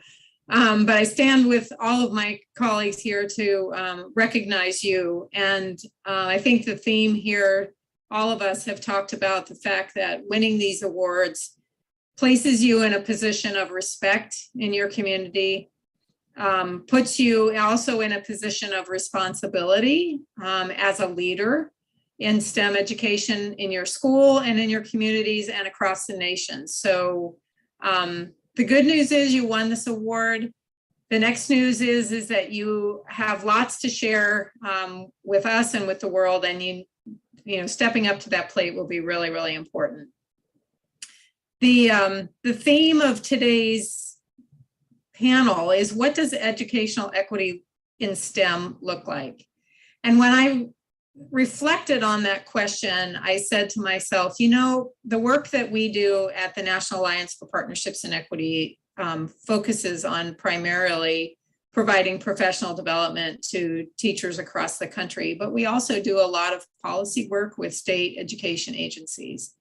And frequently, I think we get sort of stuck in this notion that educational equity in STEM looks like some kind of quantitative accountability. The number of students who are taking Algebra 1 in 7th grade, or who are, what does the demographics of the classroom populations look like? We also often in accountability systems focus on things like student success measures, academic achievement, graduation rates, post-secondary transition, all of those things. And I'm not saying that I don't think those things are important. They are, because they are a measure of access. What they may not necessarily tell us, though, is I think what all three of us have been telling you, which is, how do students feel about being engaged in science, technology, engineering, and math? And certainly in your cases, being K through 6 classroom teachers, you have a tremendous opportunity to build this feeling of hope and a sense of belonging, and the ability to believe in your students, to believe that they can do math and that they can use math or science, and that they can be a mathematician or a scientist or use math and science in their future careers. This notion around belief is a nebulous one to get your hands around. I think Talia's comments about what she heard in the field with the research they did is extremely telling about this. And in our work, we have this theoretical framework that we utilize to drive all of our professional development. And it's around this notion. And I'm going to describe this to you. And I'm going to encourage you to go to our website and see the information that's there that can help support your further thoughts around this. It's what we call the culture wheel. And it's this idea that our society has within it certain stereotypes about who does math, who does science, and those stereotypes, as much as we are continuing to fight them, are still extremely strong. And those stereotypes then elicit in all of us some sense of bias. We carry bias, our own implicit biases. And our implicit biases are reflected in the ways in which we communicate with each other and the ways in which we express our beliefs around who we think should be involved. And I'll use STEM in this example. And that implicit bias then is expressed in what we call micro messages. So whether those are micro affirmations or micro inequities, and sometimes they're not very micro, right? I'm sure you've all experienced it sometime in your life when someone has told you that you don't look or shouldn't necessarily be involved in a certain career field or doing certain activities based on who you are. Those messages then are accumulated as either advantage if they're affirmations, or as disadvantages if they happen to be inequities. And the accumulation of that advantage and disadvantage then creates in ourselves, all of us, a sense of self-efficacy. Do I believe that I can do something?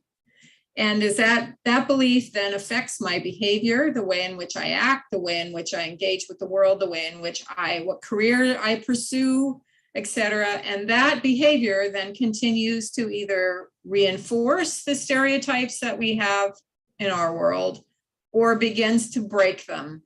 So this is a cyclical activity, right? Cyclical thing that occurs. So what this means is that you sit in a space with your students at a critical point in their development, especially around their self-efficacy related to their ability to do, be, use math or science, any of the STEM fields. And the way in which you engage with your students either fuels that in an affirmative way or creates a disadvantage for students. So thinking about, one of the things we talk a lot about too is approaching teaching and approaching our own professional development from an asset perspective. How is it that I can change the way in which I teach, the way in the pedagogy I use, the practices that engage in the instructional work that I'm doing, in a way that engages a broader group of students, who reaches each student where they are. That's truly the definition of equity.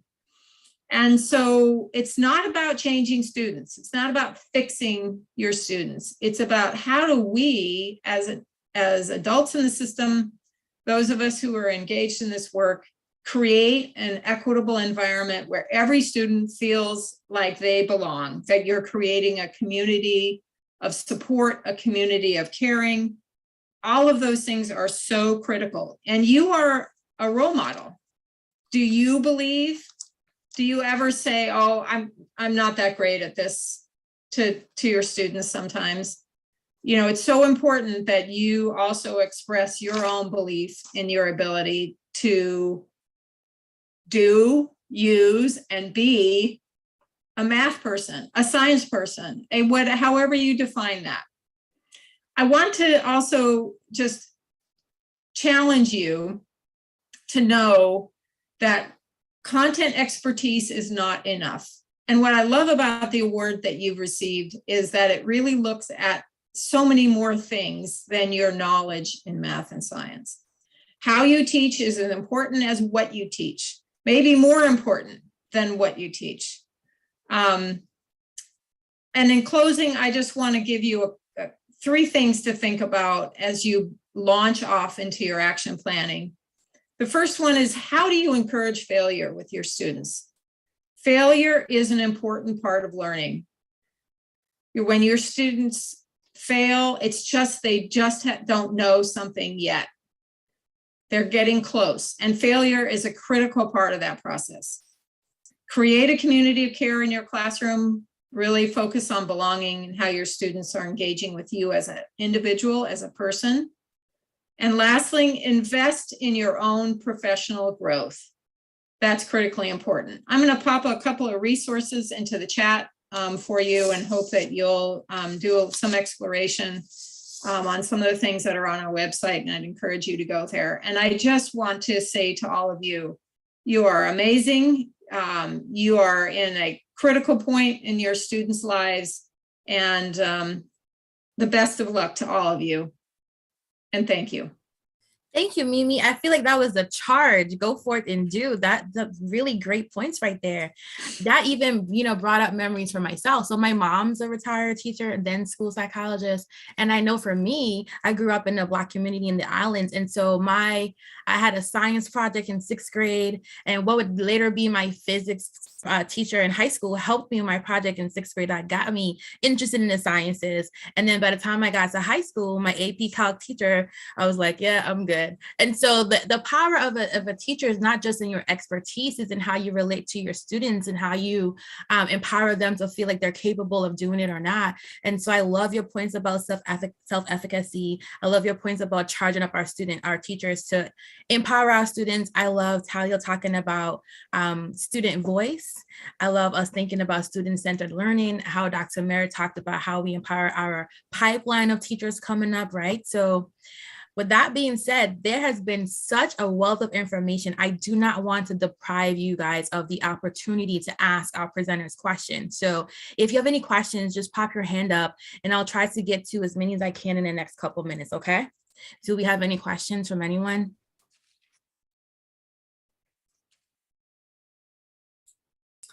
We don't have, hi Monique, we don't have any at this moment, but if people want to put them in the chat, we can also do it that way. But once you raise your hand, we will be able to unmute you that way too. Okay, so while we're waiting, I just want to ask the panelists then. So we talked about how the teachers do it, how the students have done it. So let's think about this as a holistic approach. So what are some ways in your experience that teachers, school leaders, family, community members, how can they collectively support equity as it pertains to STEM education? So since I'm unmuted, I guess of the three of my colleagues, I'll start first. I think that the challenge in this work is to really build a community-based team that will approach the issue of equity in STEM education. And not trying to focus on the work that we do specifically, but the example I'll bring to the table is we brought together a team of teachers, administrators, counselors, and community members, parents, and students in a school district in Austin, Texas. And the issue we were looking at was trying to increase the diversity of students engaged in Algebra 1 earlier in their career, their education career, so in middle school. And it was the collective experiences of all of those people and the voices of all of those individuals that made that work successful. And it was hugely successful.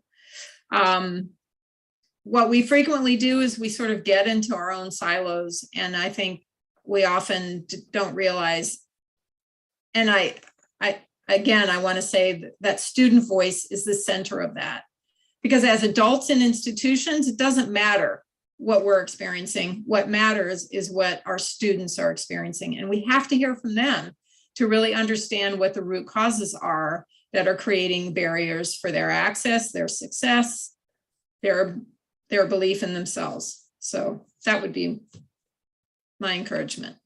Thank you, Mimi.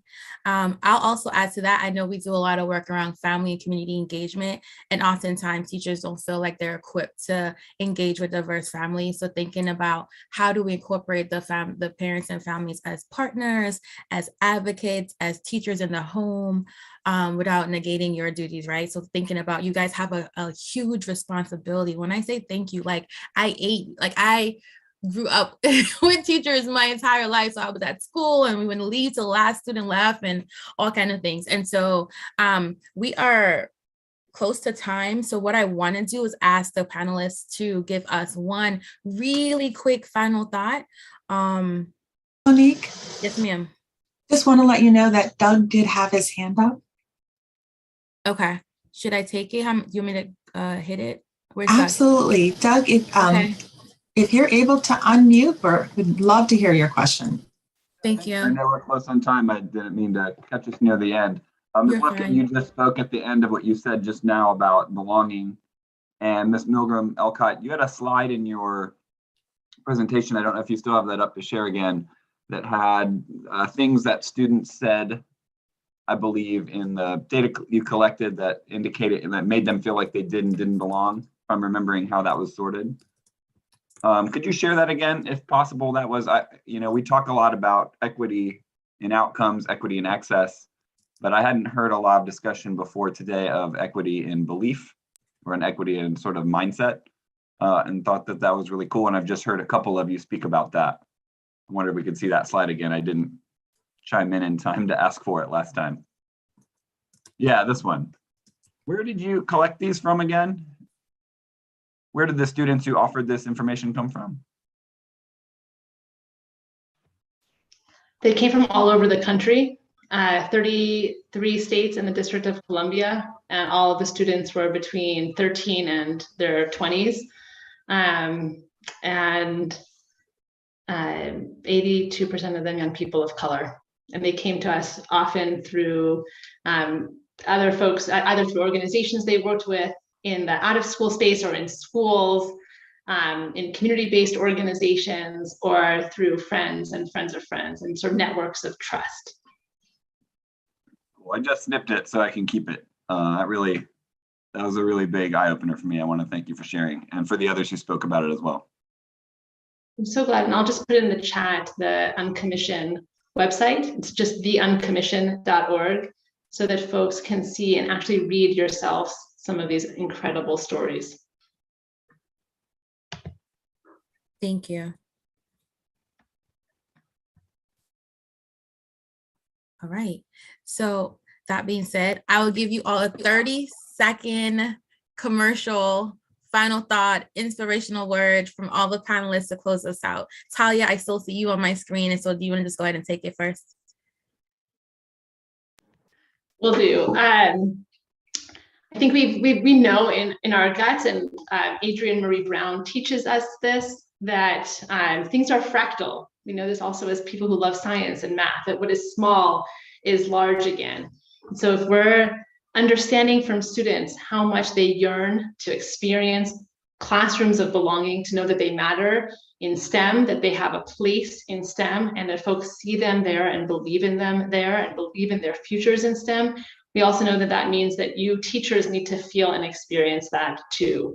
And so our work together is to create environments of belonging where we each can thrive in our unique ways, really driving from those most excluded to ensure that we all have places to belong, to build futures in STEM for all of us.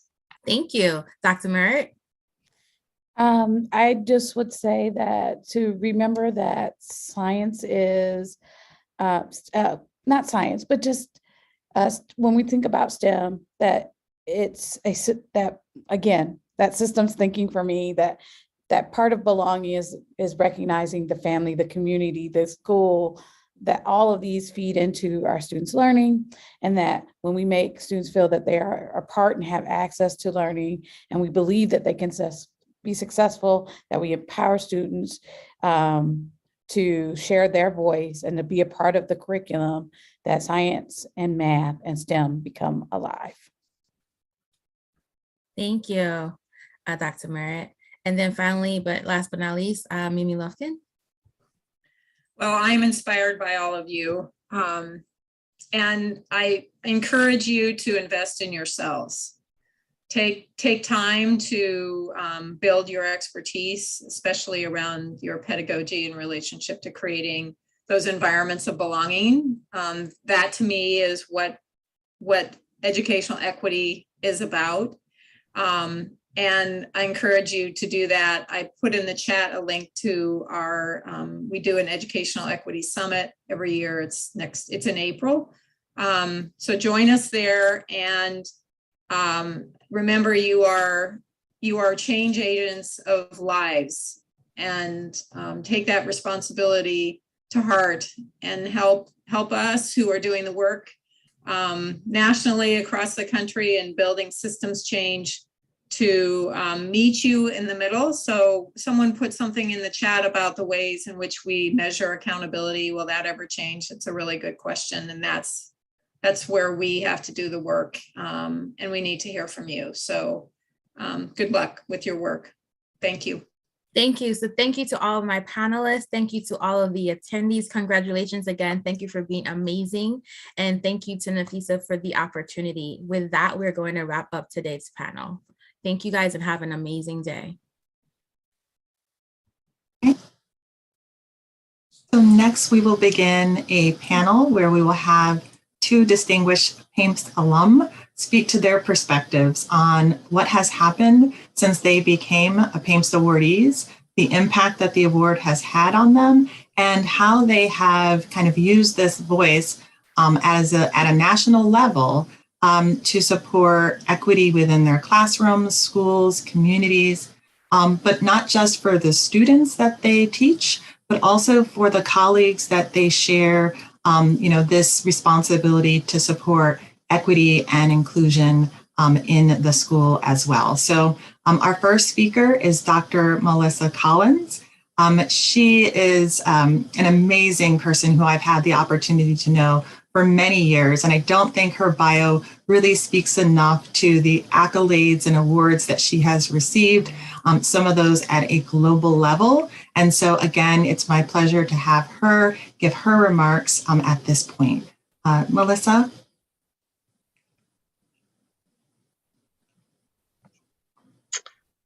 Hello, everyone, and congratulations.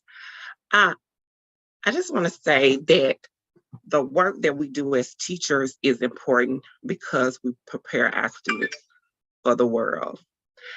And we are more than just teachers. We're the first line of defense, ensuring that students are safe and their needs are met. We're the cornerstone of democracy. So congrats again. To ensure equity, diversity, and inclusion in my classroom, my motto is, my class is our happy place. And I work in Memphis, Tennessee at John P. Freeman as a second grade teacher. And I enter a building every day that is predominantly Black and brown. And so it's very important that my students see themselves in the curriculum and that I think about their identity as well as my identity. And what I started doing after the presidential award that I received in 2008, I had all my second grade students wear lab coats during inquiry-based learning.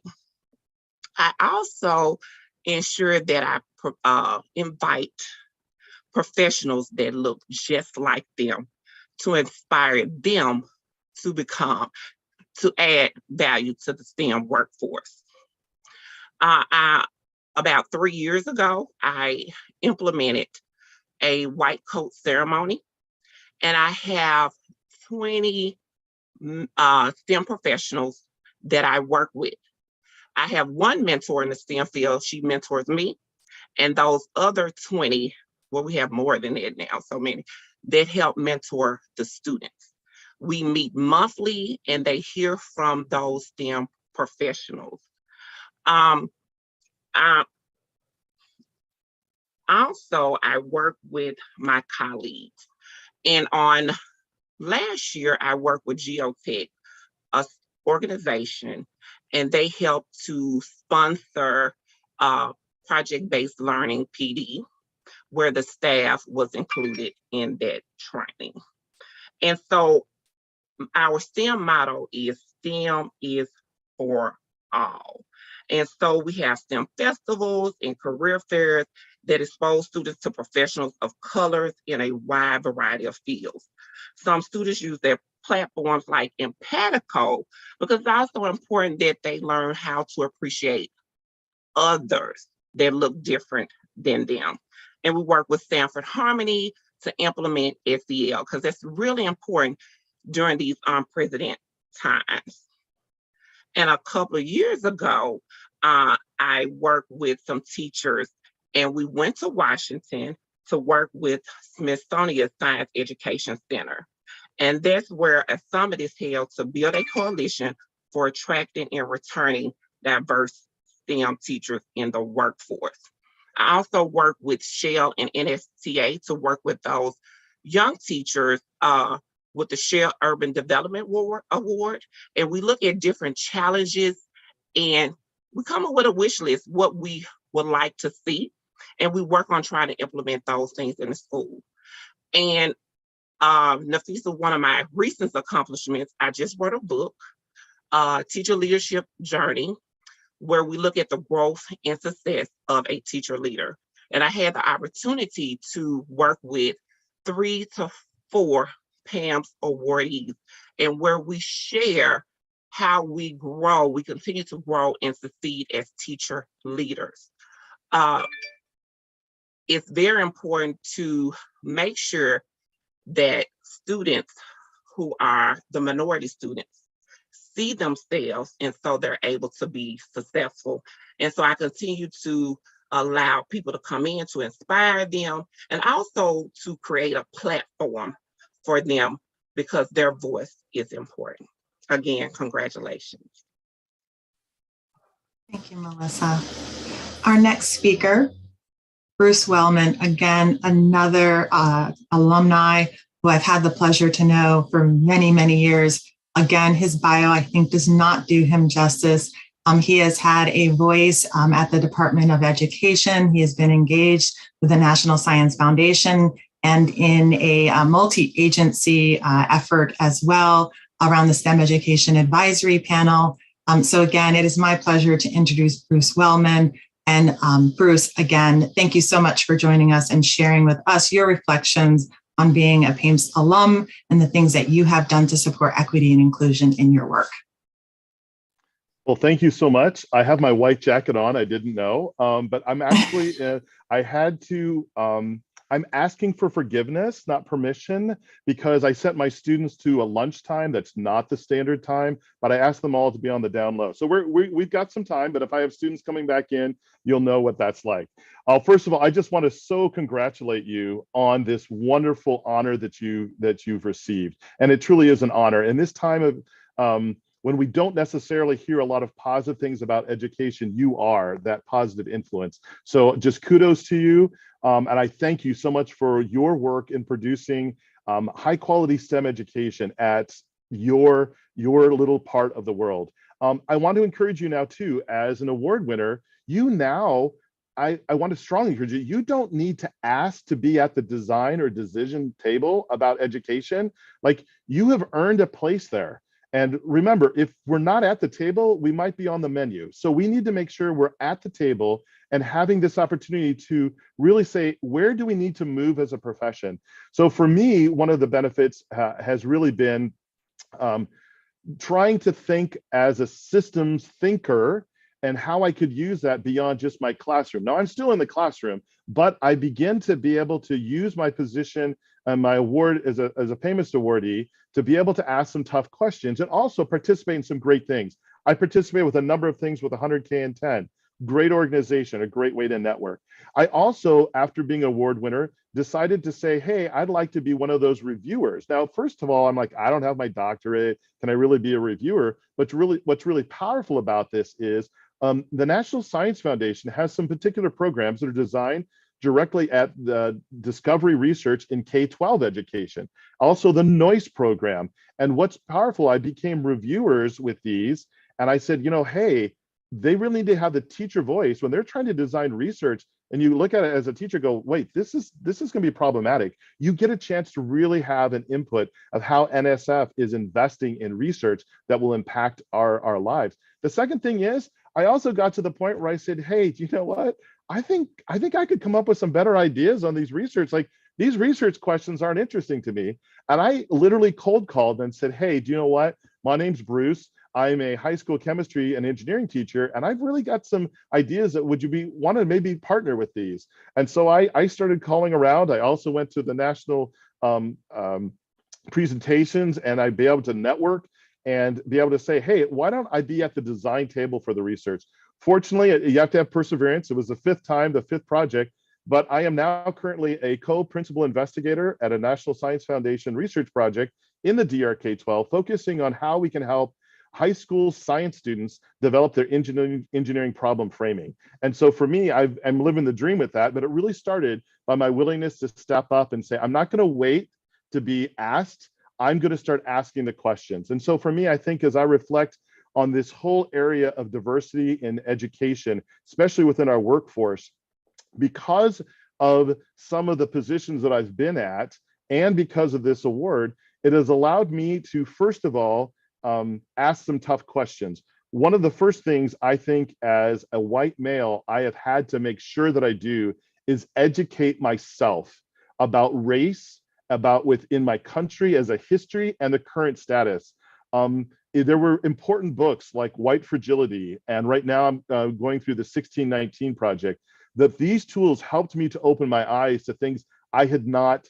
I'm angry, and I'm just so frustrated myself, like I didn't see these things because I grew up in privilege and I didn't fully understand. And so now in the education, for me, I am choosing to be a major listener And I want to hear and make sure that every one of my students and my teaching colleagues, that they are valued, and especially their history is brought in and what they bring to the diversity table. One thing that I know from research in engineering education, the effective teams, design teams, are the most diverse. There's actually an economic benefit for it, but I challenge my students as well as my school district to say, if we're on a design team here and I look around and everybody looks like me, I'm not where we need to be. And I ask some tough questions, and I've asked some tough questions like, wait, where is our population in our community? Why does our teaching force not reflect that? And how can I help be a part of that solution? And challenging those questions within my administration and at my state level. And those are the type of things I encourage you to be able to go through. I am just in a journey, and I'm beginning to understand more of how I can use my location and how I can do my part. But this issue that we're in now was brought about because of a lack of white people not being fully involved in the discussion. And so I want to be a listener and be a catalyst for change. And so part of it is being an award winner. I can ask some tough questions where other teachers might be afraid to do that. So that's kind of my journey. I am so applauding you. Thank you again for your service. And I will actually, if you have any questions, Nafisa can always get a hold of me if there's something that I can encourage you with in your journey. Thank you again for your service, and hope you enjoy your day. Thank you, Bruce. So again, we have had two alums speak to their experience in supporting equity and inclusion. We are running out of time, but there were two things that I did want to share with this group.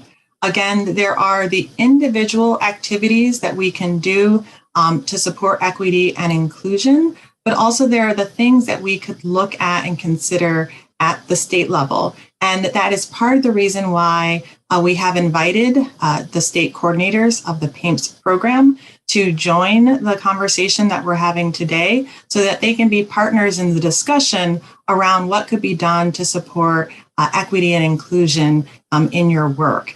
The next slide, please. So I just want to share one resource that we are happy to share with you today and others who are attending via YouTube. But the Department of Education recently put out a document that speaks to some of the ways that funds can be used to support teacher shortages, in particular in the support of recruitment and the retention of teachers. And so this first slide speaks to some of the short-term strategies. And if we go to the next slide, it speaks to some of the long-term strategies that were recommended. But I think what also is very helpful about this document is that it also provides some kind of creative, innovative solutions that various states have taken to support and address the teacher shortage. And so again, we encourage you as you go into sessions that allow you to take a deeper dive into the challenges that you are currently facing in your own situations and the solutions that you'd like to look at. We encourage you to think about how you can partner and connect with your state coordinator or others within your state to really see how you can take potentially a systems approach to the work. So at this moment, we are going to thank our panelists so much, Bruce and Melissa, for your time.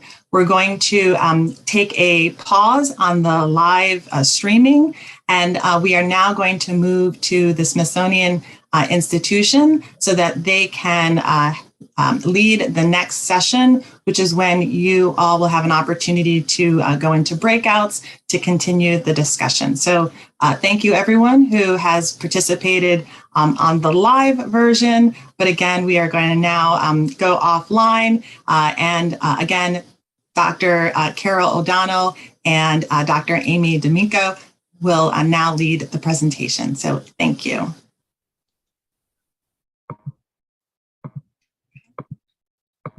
Good afternoon, everyone, and welcome back. We will now begin our programming for the Federal STEM Resources Expo. Again, if you have joined us earlier today, then we are very glad that you're able to join us again. If you are new to the YouTube live stream, then welcome. My name is Nafisa Owens. I'm the Assistant Director for STEM Education at the White House Office of Science and Technology Policy. And I'm very excited to introduce two welcoming speakers for today. The first speaker is Dr. Carrie Walznet.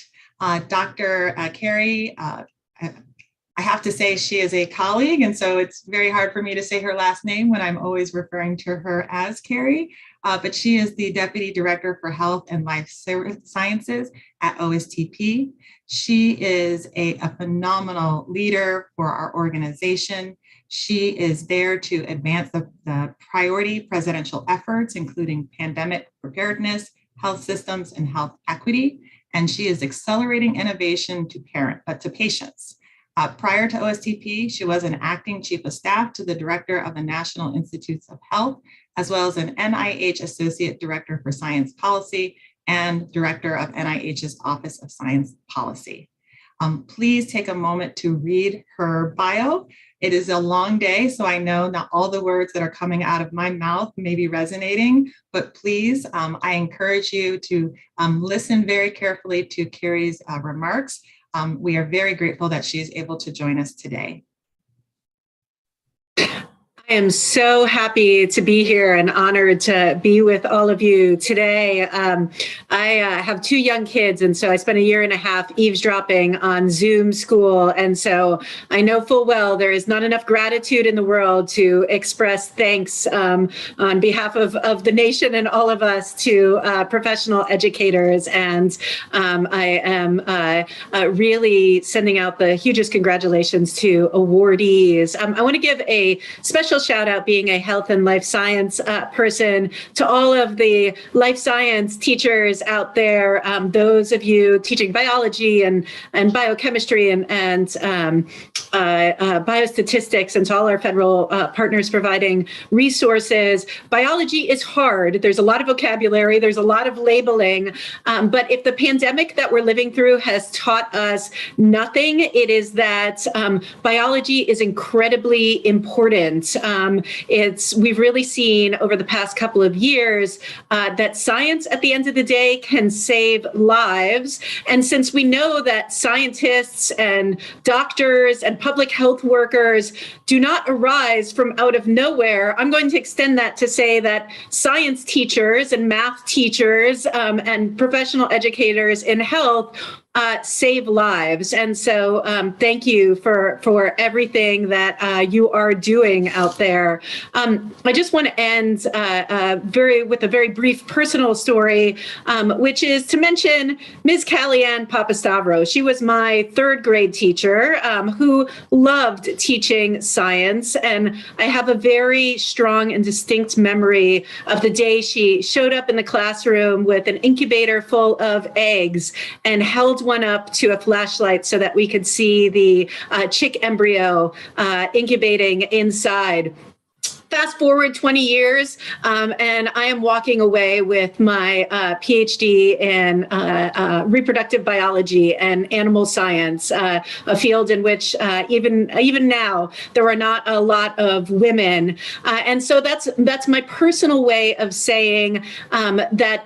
Even on the hardest days, and I know there have probably recently been more harder days than most, I hope you never doubt that simple moment of connection, that moment in which you introduce a student to the joy of nature, to the marvel of discovery, to really the awesome world of science and math, that it can change the course of a life. I'm talking to you today from the White House, where we are shaping national policy in science and technology, and that really stems from that first moment of realization about how incredible science is and how it can really impact all of our lives. And so thanks for all you do. Thank you to our federal partners in terms of creating resources,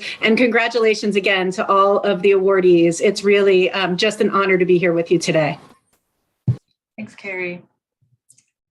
Next, I would like to introduce Mike Kinkade. Mike is a colleague of mine. I've had the tremendous pleasure of working with.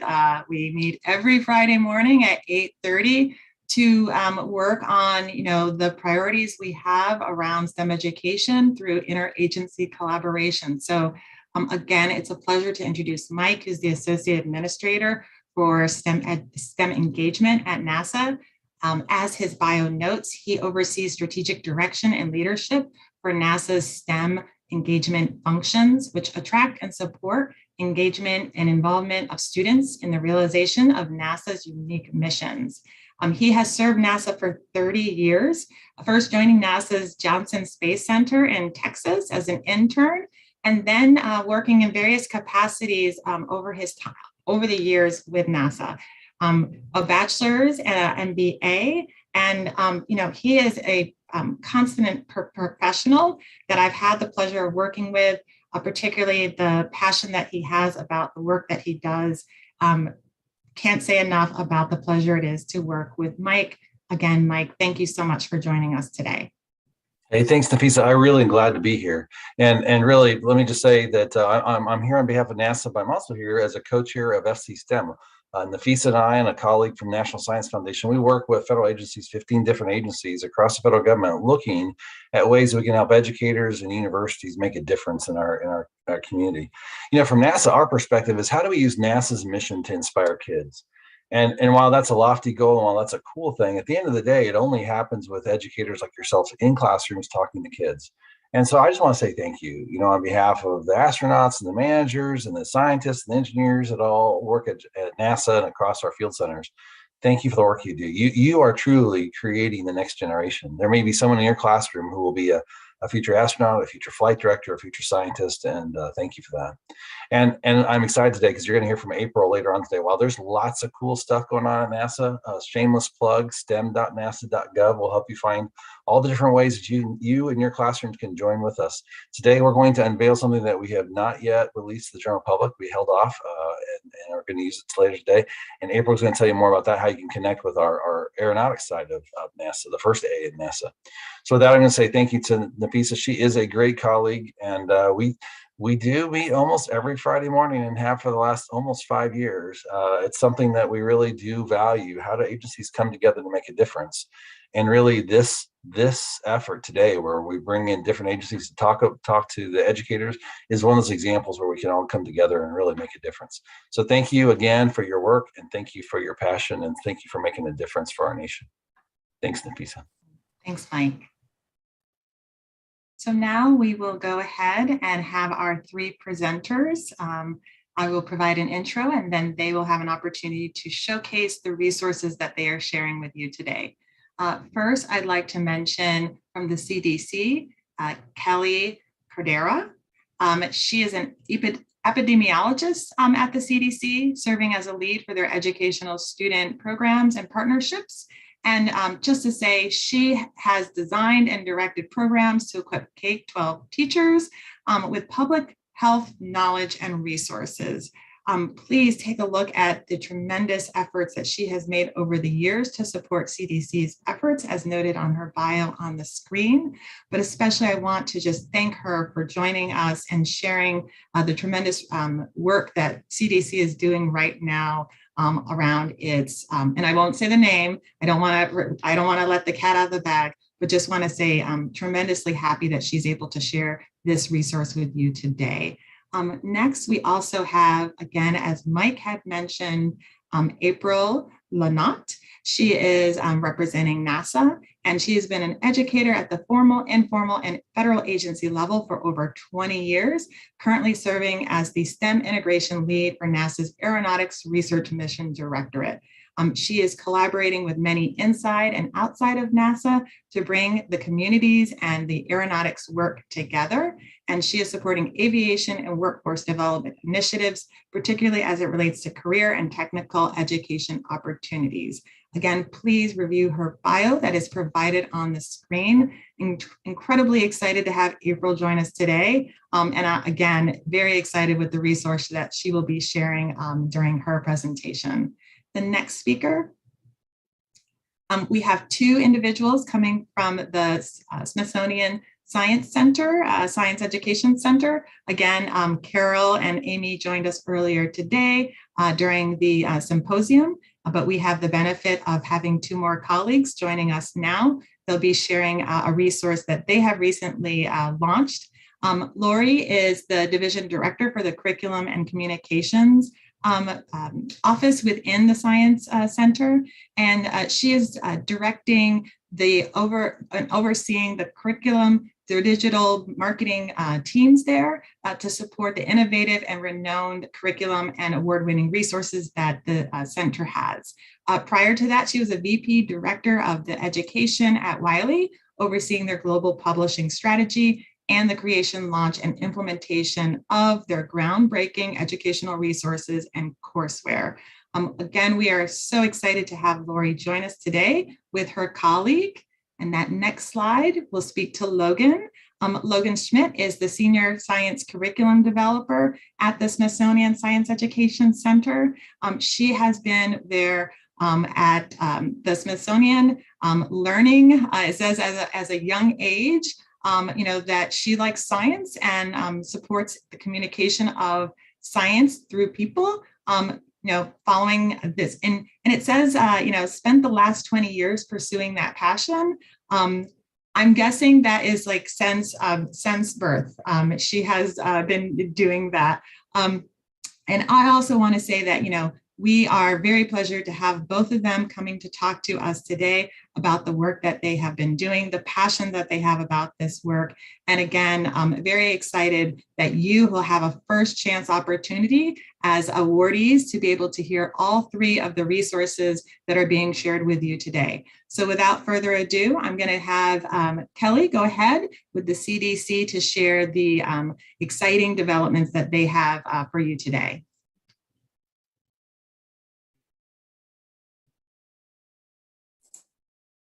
Great, thank you, Nafisa, for such a warm welcome.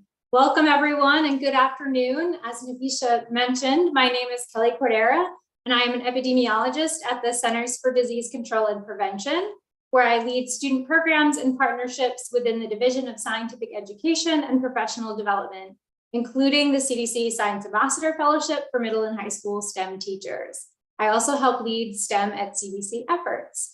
I am so honored to be here to speak with such an impressive group of teachers being recognized for excellence in K-12 STEM teaching. This afternoon, I'm going to share with you some information about CDC's STEM resources for teachers, students, and others. And we are so excited to share with you our newest STEM resource called Cdc Nerd Academy, which just went live a few minutes ago. As I share some of the details of this resource, we are also going to use it to learn a little bit about disease spread and prevention using videos and an activity from the CDC Nerd Academy curriculum.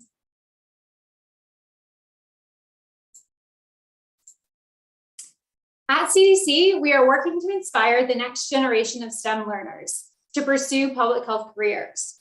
Our goal is to provide students and their teachers with resources to teach and learn public health, make informed public health decisions for themselves and their communities, and help students of all ages and backgrounds explore public health careers. To welcome you to STEM at CDC and learn a little more about how STEM is such an essential part of CDC's work, I will first share a message from the CDC Director, Dr. Rochelle Walensky.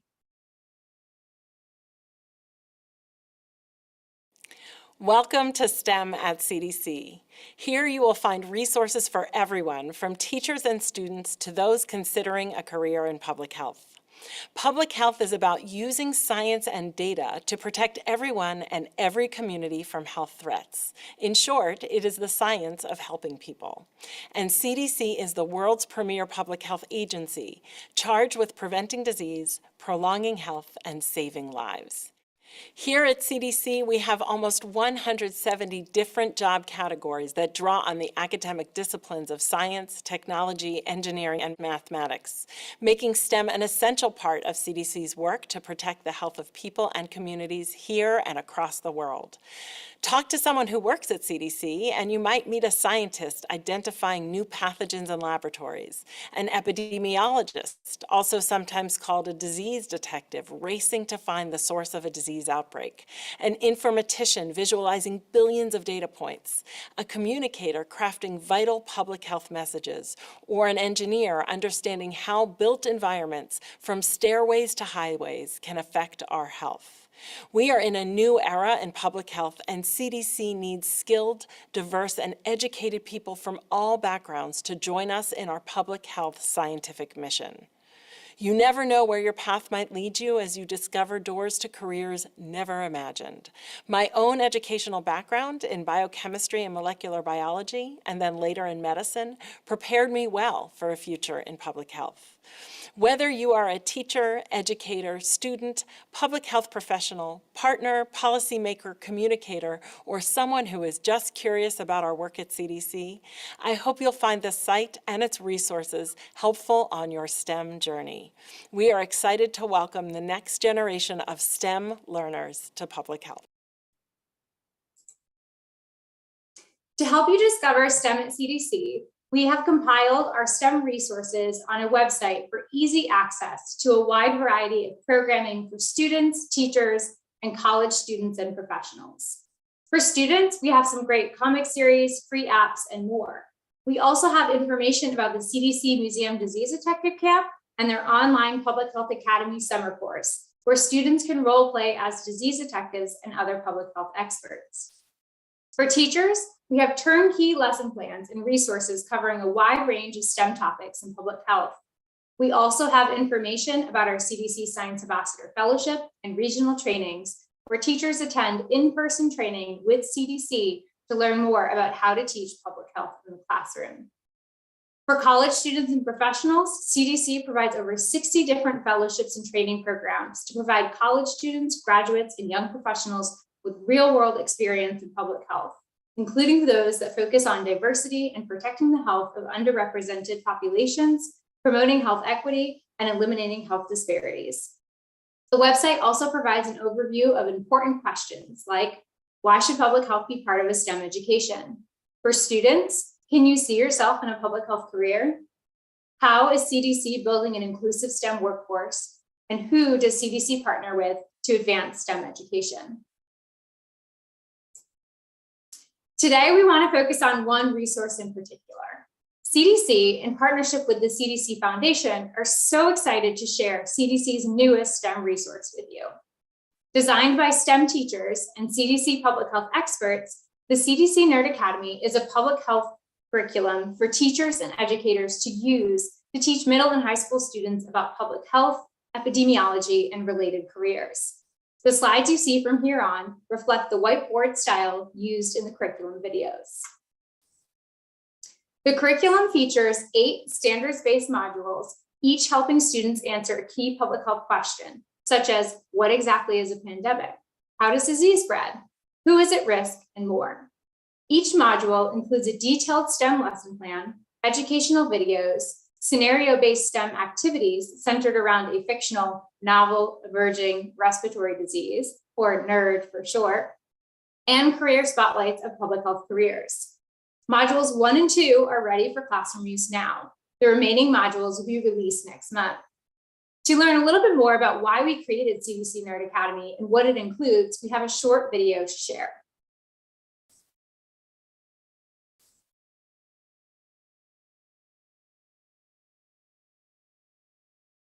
Today's students face many personal challenges related to public health, like opioid misuse, obesity, bullying, racism, outbreaks, and even a pandemic.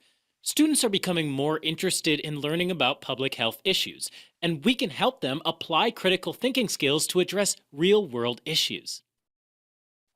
Middle and high school STEM educators are uniquely positioned to inspire students and influence the future of public health.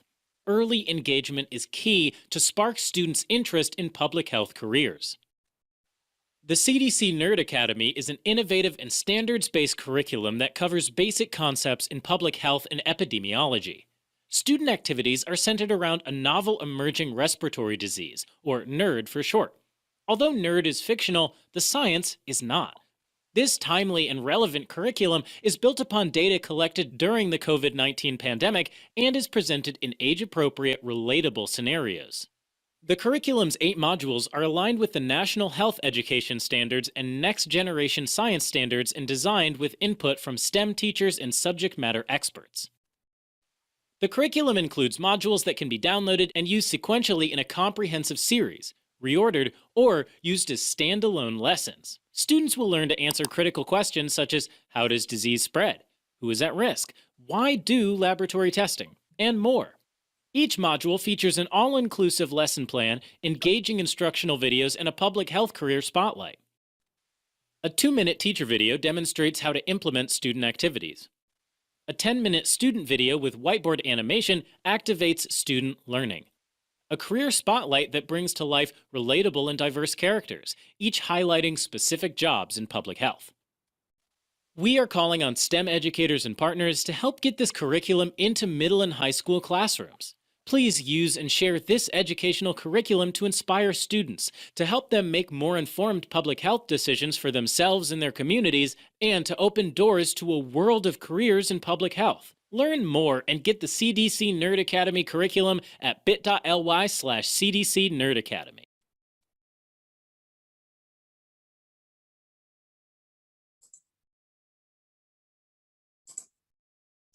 Today, we're going to walk you through how to use the CDC Nerd Academy curriculum while previewing the second module on how does disease spread. To find this module, you will go to www.cdc.gov/scienceambassador/Nerd Academy and navigate to the second module. Once you're on this page, you will see a lesson plan, an activity demonstration video for teachers, an educational video for students, and a public health career spotlight. Let's walk through how to use each of these together. Let's start with the downloadable STEM lesson plan. The STEM lesson plan equips teachers with all that they need. Each lesson plan has an overview, learning objectives, key vocabulary with definitions, alignment with national standards. It also has detailed activity instructions, discussion prompts, extension ideas, student handouts with answer keys, and a career spotlight and more. For Module 2, students learn how infectious diseases are spread. Students identify key components of a chain of infection, assess the spread of an infectious agent, and design evidence-based prevention strategies to reduce disease spread. Students also learn what it takes to pursue a public health career as an infection prevention specialist. The specific learning objectives are provided. To help you align this STEM lesson with your curriculum, STEM connections include microbiology and engineering design. It also provides key standards alignment with the National Health Education Standards and Next Generation Science Standards. Each module is intended to take about 75 minutes with flexibility for you to modify it with your students. This includes about 30 minutes to introduce the content, 35 minutes to complete the activity, and 10 minutes for classroom discussion. Some lesson plans also include extension ideas. To introduce the science behind the title question, in this case, how does disease spread, each module includes an educational video. These videos range from 12 to 14 minutes long and are intended to be like a guest speaker in your classroom. They use whiteboard animation to present the science content necessary to answer each question while activating student learning. These student-facing educational videos present all the subject matter content needed to answer the key public health questions and complete the activities. Students do not necessarily need any formal knowledge of foundational public health topics. As an example, we're going to share with you a short 4-minute clip of the 12-minute educational video for how does disease spread. During this video clip, students will see how infection prevention specialists use information on the type of infectious agent, how it spread, and common ways it exits and enters its host to create a chain of infection model. The information can then be used to identify appropriate prevention strategies to reduce the spread of disease. Although not in the video clip we'll show you today, the full video also introduces Ivy, an infection prevention specialist. When an infectious agent moves to another host, we call this transmission. Transmission requires several steps. It's helpful to think of each step as a link in a chain of infection. The infectious agent must leave its current location, move to a new host, enter the new host, then overtake the defenses of the new host to cause infection. If some action can interrupt a step or break any link in the chain of infection, it is possible to stop or reduce the spread of disease. Let's look at each step of the chain of infection. First, what may be thought of as an infectious agent's home, the place where it's typically found, is called its reservoir. Depending on the agent, the reservoir might be a person, an animal, or even something in the environment, like water or soil. To infect a new host or person, the infectious agent must first leave its reservoir, which may be another infected person, through what we call a portal of exit. For example, if the infection is in the gastrointestinal system, then the agent might exit through the anus via poop or mouth through vomit. If it is a respiratory infection, then it might exit through the mouth or nose in droplets from a cough or sneeze.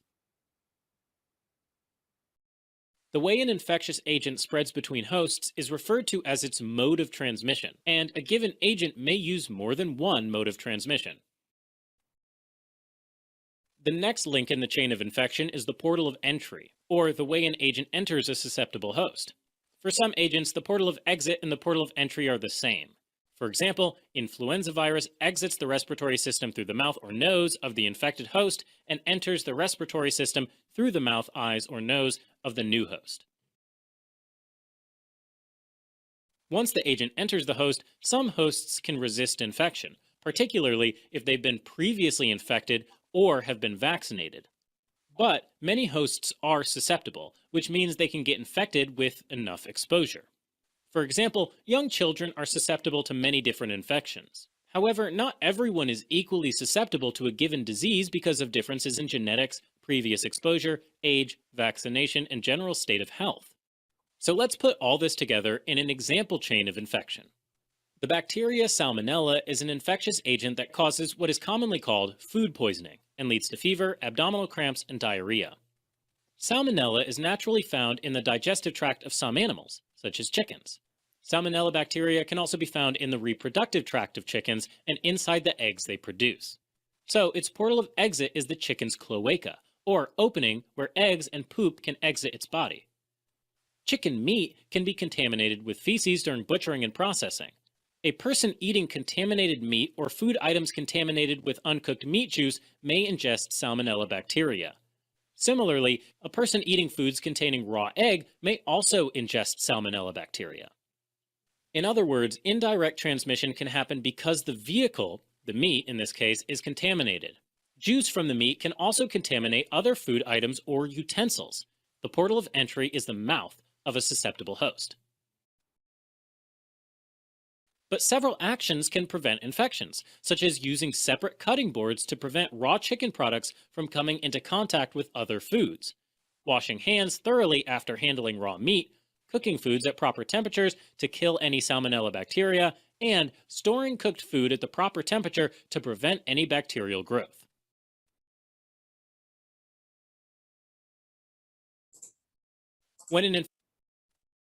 After or during the video, teachers can assess student knowledge of the video content using the knowledge check. This can be used as a quiz or can be done as a class using the answer key to guide the discussion. So you can get an idea of what the knowledge checks might include, and to assess your own knowledge after watching the educational video today, we are going to answer one of the questions virtually. Like the actual knowledge check for this module, students will match the term with the example. On your own, take a few seconds to match the term with the picture. For terms, we have infectious agent, reservoir, mode of transmission, and susceptible host. For pictures, we have shaking hands, a virus, an infected raccoon, and an elderly woman.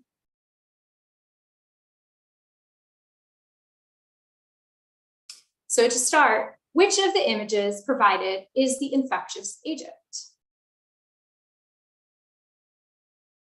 The answer is the virus.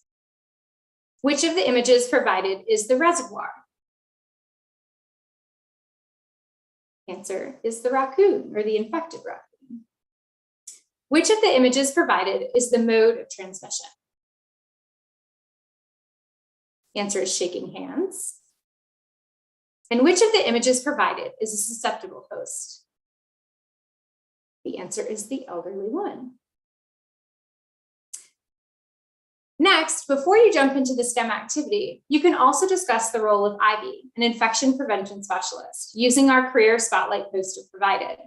For reference, an infection prevention specialist helps develop ways to detect, prevent, and control the spread of disease in healthcare settings, which helps keep patients and staff safe. Infection prevention specialists are like disease detectives for specific settings, such as hospitals. Each module features a public health career, and each poster describes what they do, who they work with, where they work, what skills they use, and what qualifications they need. The other careers in the spotlight are an epidemiologist, a behavioral scientist, a biostatistician, a health communication specialist, a laboratory scientist, a public health nurse, and then bringing them all together to work as an outbreak team. We have now introduced the content and checked our knowledge. We are ready to apply this knowledge to a scenario. All CDC Nerd Academy activities are scenario-based and centered around our fictional nerd virus.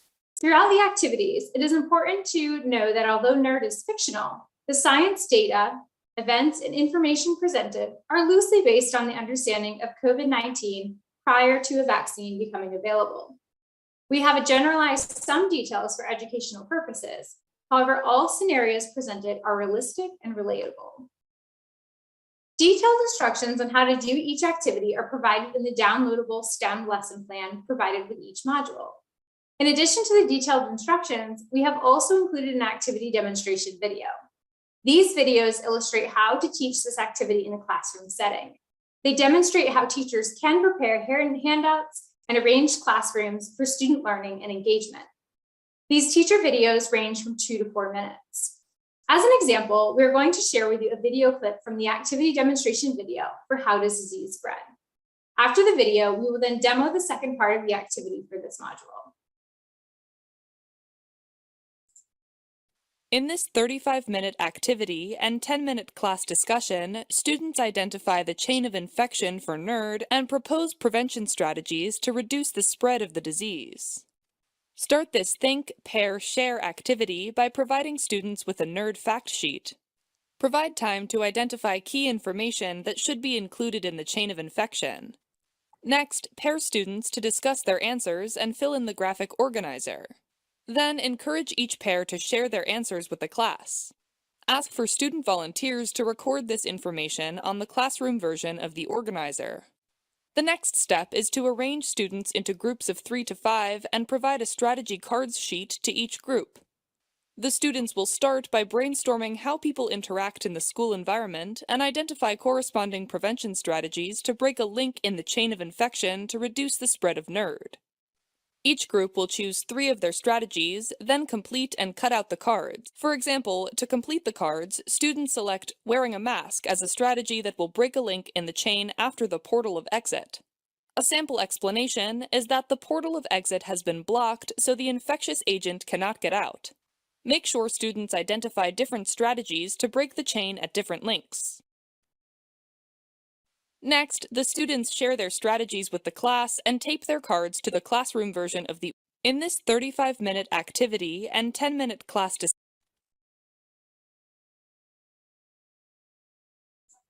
and tape their cards to the classroom version of the organizer at the link in the chain of infection that it would break.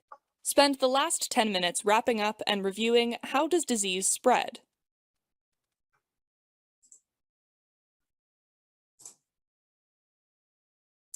Today, we're going to do a shortened virtual version of the second part of the STEM activity. As a reminder, during the first part of the STEM activity, students would have identified prevention strategies for NERD. Some strategies they might have come up with include isolation or quarantine, wearing a mask, physical or social distancing, or hand washing. For the second part of the STEM activity, they would have completed their graphic organizer with detailed information on the NERD chain of infection. Together, we will identify the chain link that the strategy would break and come up with an explanation as to why it would break the link in that chain. One prevention strategy that students may have come up with is physical or social distancing, or staying 6 feet apart. To complete the prevention strategy cards, help them identify where in the chain staying 6 feet apart would break the chain and provide a justification for your answer. Take just a second to consider where physical or social distancing might break the chain of infection.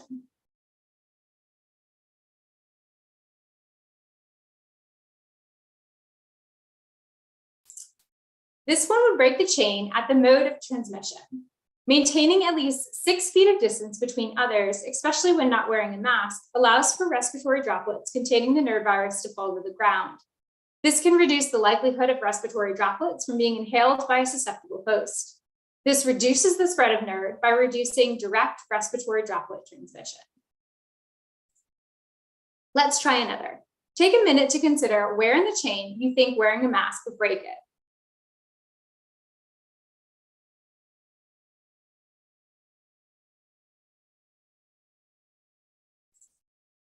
Wearing a mask will break a link in the chain after the portal of exit. A sample explanation is that the portal of exit has been blocked, so the infectious agent cannot get out. Keep in mind that a strategy may break the chain in multiple areas. For example, masks can block the portal of exit as well as the portal of entry. Let's try one last one. Take a minute to consider where in the chain you think vaccination would break the chain, if nerd were vaccine preventable.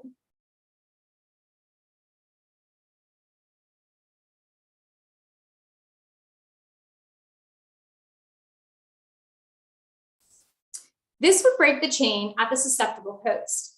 At the individual level, vaccination can protect individuals by creating an antibody or immune system response to their bodies. So their bodies will be ready to fight the virus if they're exposed to nerd. This reduces their risk for severe illness and the likelihood that they can pass it on to someone else. At the population level, vaccination reduces the number of susceptible people. This means that the nerd virus is less likely to travel from person to person, and the entire community is less likely to get the disease. To close out the activity, you can review the graphic organizer and strategy cards as a class using the answer key. Then, to close out the module, discussion prompts are provided in the lesson plan to guide a class discussion. So in this case, we might discuss why it is important to identify possible chains of infection for an infectious agent and disease, or what types of prevention strategies are easy to put into place, and why might some prevention strategies be more effective or less effective than other prevention strategies. For a deeper dive, we might also discuss how might layering or using multiple prevention strategies at the same time reduce the spread of disease, or how might the chain of infection and prevention strategies for nerd change if the infectious agent was foodborne instead of respiratory. How does disease spread is just a sample of one of our modules. Each module features a different public health question, a different style of activity, and a different public health career. This module, as well as the first module on what exactly is a pandemic, are now available on the website. The remainder of the modules will be available next month. Thank you so much for joining us today, and thank you all for your hard work in the classroom and beyond to inspire your students. We are so inspired by you and hope that our CDC resources, including the Cdc Nerd Academy curriculum, can help you open doors to new STEM horizons for your students. We hope you check out the Cdc Nerd Academy curriculum at the URL provided. If you have any questions, please contact us at scienceambassador@cdc.gov. Thank you so much, Kelly. Now we will have April speak to us from NASA on the resource that she'll be sharing with you today. Hi, everyone, and thank you for letting me be here today. First of all, congratulations to all of you. We are so proud of all that you've accomplished and everything that you're all doing. You're just amazing. So I'm honored to share with you today some exciting things that we have here with NASA and a brand new program that just like Kelly had with the CDC, our new NASA program just went live literally within this past hour. And so I am really pleased to present this to you. So without further ado, I will share my screen and get started here. So what I'd like to do today is I would like to present to you our flight log experience.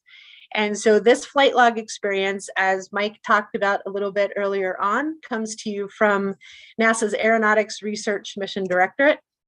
And what it allows you to do, and your class and your students, is to sign up to fly your name with us on some of our X-plane flights, or new and exciting flights on advanced air mobility, or as some people refer to, flying taxis, our drones, and along with other aircraft that we have. So I will share the video here with you, and I will allow Nils Larson, our test, our flight test engineer, share a little bit more with you. So bear with me 1 minute while the videos. Have you ever dreamed of flying with NASA? I'm NASA test pilot Nils Larson, and now you can come fly with me. Announcing NASA Aeronautics' new flight log experience. Visit the Aeronautics Flight Log to get boarding passes to upcoming flights, create and build your own flight log, earn virtual NASA mission patches, and learn about NASA Aeronautics' quest to fly faster, quieter, and more sustainably. If you're an educator, enroll your entire class for access to unique activities based around the science and history of flight. Sign up today and let's fly. Your name will fly with us on future X-planes and so much more.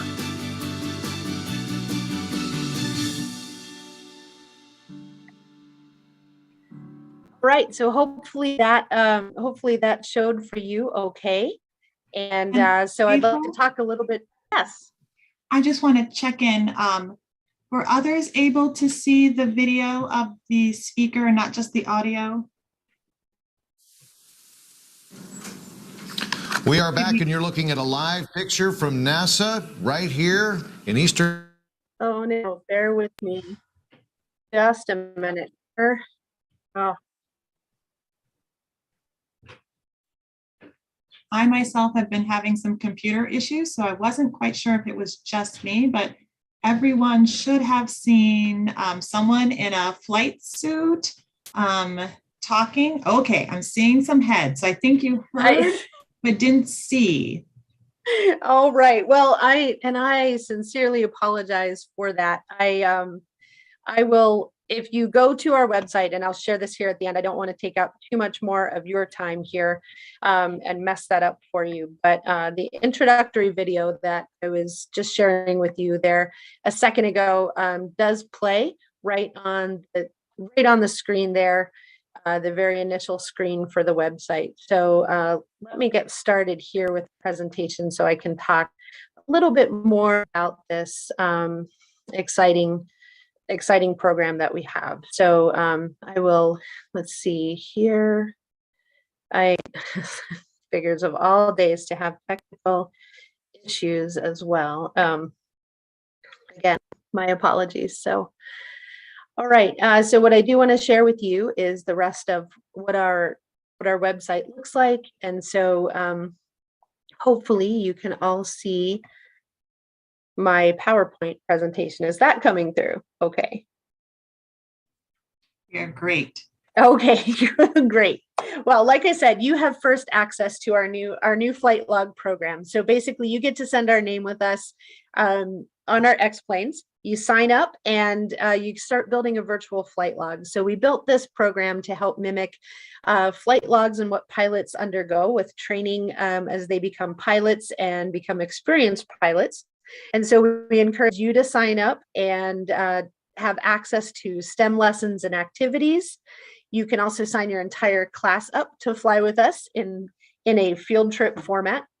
So what happens when you sign up with us is you create an account with your name, your state, and if you're signing up a class, you'll create a classroom flight log. So you'll create a name for your classroom.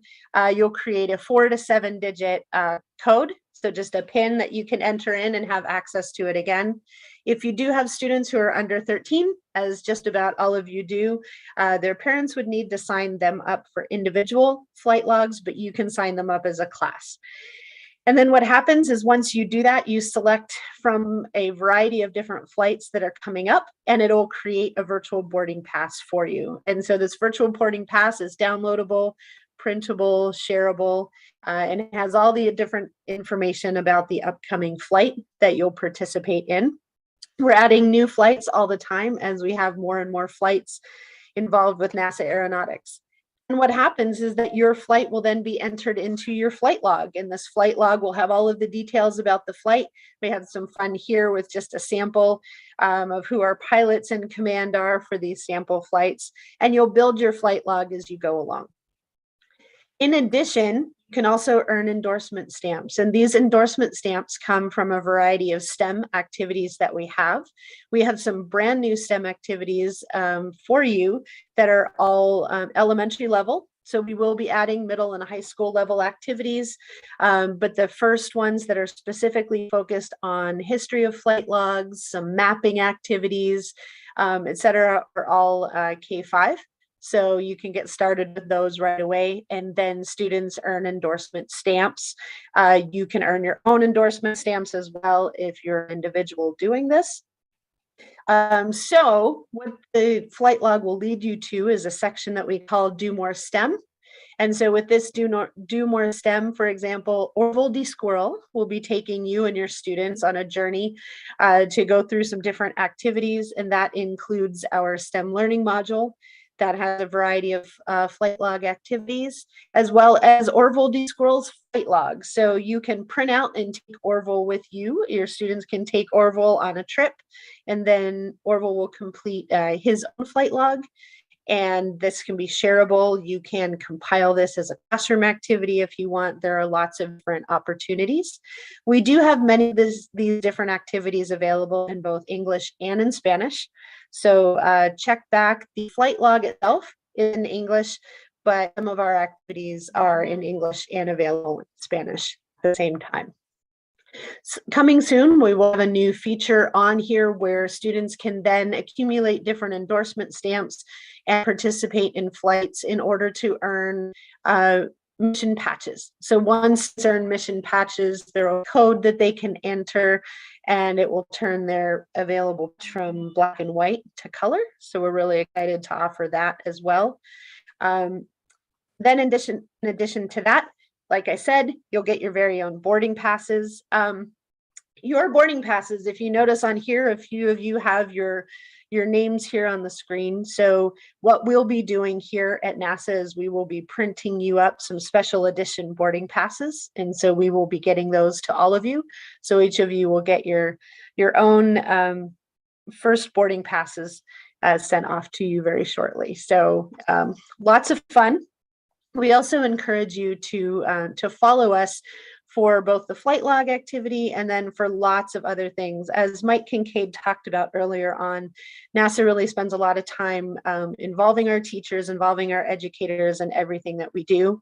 For those of you interested, we do have a NASA Aeronautics for Educators Facebook page. So if you're interested in the aeronautics side of education, please sign up for that with lots of different links to current events, tips and tricks. We have lots of different people on our Facebook page who like to share different kinds of aspects of integrating aeronautics into your curriculum.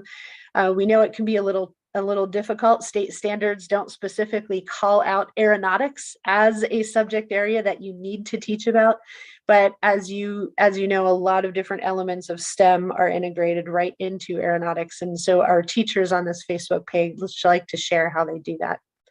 If you're not signed up for our NASA Express program, that's a listserv where you get a weekly email, and everything that NASA does that has to do with STEM is added to this NASA Express email that comes out to you once a week. So if you're not signed up for that, please do take a few moments and sign up for it. It's only one email a week, so it won't flood your inbox, and you'll be alerted to all the different new and exciting things we're doing here at NASA.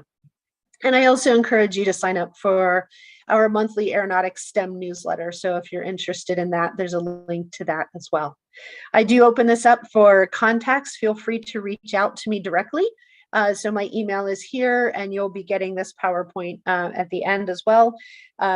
april.a.lanat@nasa.gov. So if you have any questions, please do ask me. But we are really excited to share with you our flight log, lots of different opportunities. There's no one more deserving than, a first stab at some of our NASA products than all of you.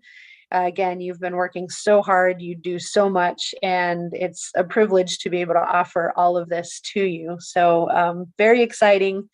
Enjoy, have lots of fun, and thanks again for letting me showcase this on NASA's behalf.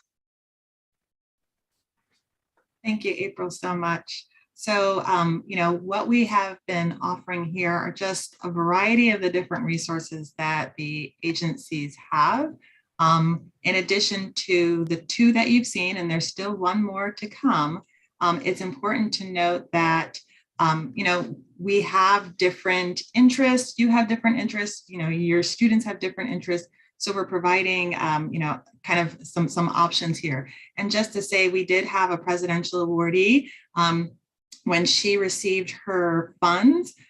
She is, diehard aeronautics flight master. And so she used her money to finish some flight lessons. So she is a licensed pilot now, and just an amazing, amazing woman. So just to say, happy we could share this resource and happy to share the next resource. Logan and Lori, I think we are ready for you to begin on the, and I won't steal the thunder. So I will let you tell them what you're going to share with them. Thanks. Right, thank you. And I'll wait for Logan to, yeah, here we go with the slides. Can everybody hear me okay? Hopefully thumbs up. We're delighted, Smithsonian Science Education Center, delighted to introduce you to a launch of a new resource today that will help you. We're going to be talking specifically about equity in STEM using Smithsonian Science for Global Goals. The resource is the latest in our Smithsonian Science for Global Goals series, and it's on the topic of biodiversity and ensuring a sustainable biodiverse future. So I am Lori Rosatone, and I am the Division Director for Curriculum, Digital Media, and Communications at the Smithsonian Science Education Center. And I am delighted to be here today with the author of the Biodiversity Guide, one of our very talented senior science curriculum developers, Logan Schmidt. Logan, I'm going to turn it over to you to introduce yourself a little bit, but I just want to say Logan's been with us for about 4 years and has a varied background with a variety of formal and informal science education experiences. So Logan, let me just have you introduce yourself. And again, congratulations on the launch of this incredible guide for youth. Thanks, Lori, and thank you, Nafisa, for hosting us and giving us time today. As Lori said, I'm Logan Schmidt. I'm a senior science curriculum developer at SSEC, and I am a white woman with brown hair and glasses. I just realized I'm matching my headshot picture exactly, which is really embarrassing. I'm wearing a blue scarf and sitting in sort of a neutral home office for anyone who's following along who is blind or low vision. In Nafisa's introduction, she said I must have been doing this from birth. Not quite. I did start as a teen volunteer at my local science museum. So I have been in this field for over 20 years, working at museums, aquariums. I lived on an island with a bunch of penguins for a while, worked in curriculum development, ed tech, and have finally landed at this Science Education Center, which kind of feels like making the varsity team. I'm so thrilled to talk about the biodiversity module today. I'm going to kick it back to Lori to take you through a short introduction to the Smithsonian Science Education Center, our unit, and the Smithsonian Science for Global Goals program. So Lori, I'll hand it back to you. All right, thank you, Logan. So we know most of you today spent time talking with our colleagues from the Smithsonian. So just a really brief reintroduction here for anybody who this might be new. The Smithsonian is the world's largest research, education, and museum complex. And we have over 154 million artifacts in our collection. Within the Smithsonian Science Education Center, focuses on K through 12 STEM education. And Logan, you can advance the slide. Thank you. And we develop research-based curriculum, and we support educators in implementing inquiry-based science. And through our work, we bring the vast resources and voices of the Smithsonian into classrooms nationwide and globally. And again, we're delighted to be here today in such august company. So I want to introduce you to Smithsonian Science for Global Goals. This is one of our groundbreaking projects that we've been working on. We started in January 2016 as a collaboration with the Inter-Academy Partnerships and Smithsonian. And this is a collection of freely available guides. The latest of one we're launching today that Logan will be talking about in a little bit, that is really taking a transdisciplinary approach to understanding the science and the social science behind the most crucial problems facing our world today. And it's really about the science and social science behind the UN Sustainable Development Goals. So focusing on issues like health of the oceans, biodiversity loss, climate change, and how can youth today take action in their local communities to help move forward in solving some of these really current and pressing issues facing us and facing our future. The guides are, again, freely available, designed for ages 11 to 17. Here you see we've got 7 of the guides published. The newest is biodiversity. We recently published environmental justice, and they cover a range of topics. We have several more that are in development and planned as well. So it'll be a full complement around the science of the UN Sustainable Development Goals. So really, young people are encouraged to carry out investigations using their communities as their laboratories. And they examine these big pressing problems through social, environmental, economic, and ethical lenses as they learn the science and the social science. And ultimately, they take local action. We encourage them to develop action plans to start addressing these issues in their local communities. So our goal really is to build students' sustainability mindsets.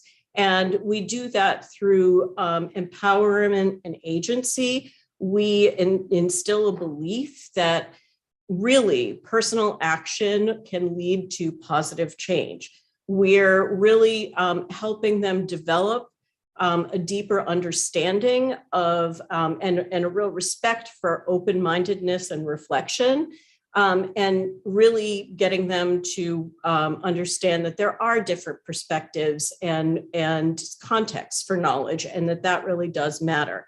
We look at issues through a lens of equity and justice, and try to instill a respect for self, for others, for ethics, and for the environment through these guides. And we are also always looking to make that global, local connection to make sure that youth are feeling that they can make progress on these big issues by tackling them in their local community. So I'm going to turn it over to Logan to talk with you about what we call the Global Goals Action Progression. And then she's going to introduce you to the newest guide in biodiversity. Logan, take it away. Sure, thanks, Lori. I really appreciate this intro. So I'll just close out this section by talking briefly about the Global Goals Action Progression. This is a diagram that shows sort of our learning framework. So when we sit down to write a guide, this is what we consider. And you'll notice that at the center of this diagram, there's a yellow sort of anonymous student icon. And that's because the student is at the center of everything that we develop. And we want to make sure that students feel valued and that what they're bringing to the table is recognized and honored. And that includes things like their cultural context. So what's their individual identity, their family identity, their community identity, and how can we show that that's valued. What are their learning dispositions? So how do they learn best? And how can we make sure that those learning styles are supported in this guide? And their background knowledge. Students are experts in their own right. So what are they bringing to the table, and how can we make sure that makes it into the discussion? You'll notice in the graphic, there's sort of a spiral progression. We help students discover, understand, and act. That's what Lori was speaking to earlier. So in Discover, they're thinking about, what do I already know about this global issue, but what do I wonder? What do I want to know more about? And then they determine the course of action from there. So they're planning investigations, they're deciding what kind of information is critical to collect, and then they're contextualizing that information and planning an action. So that action is something that's personally meaningful. It's also locally relevant, and it echoes up into that global sphere and that global problem. So let's get into the resource. I know it's been a long day for everybody. We're really excited to share this with you, and I thank you all for being patient and hanging in there for SSEC. So I'm here to share biodiversity, the subtitle of which is How Can We Balance the Needs of People with the Needs of Other Living Things? This is our newest release. It is hot on the heels of Environmental Justice and Sustainable Communities, which are two other guides that just came out. You should definitely give them a look. Lori's going to post a link in the chat to the biodiversity guide for anyone who wants to start checking it out now. And this is what we call a socioscientific approach.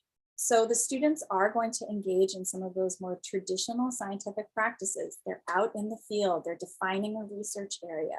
They're coming up with methods and defining which tools they're going to use to assess the biodiversity in their area.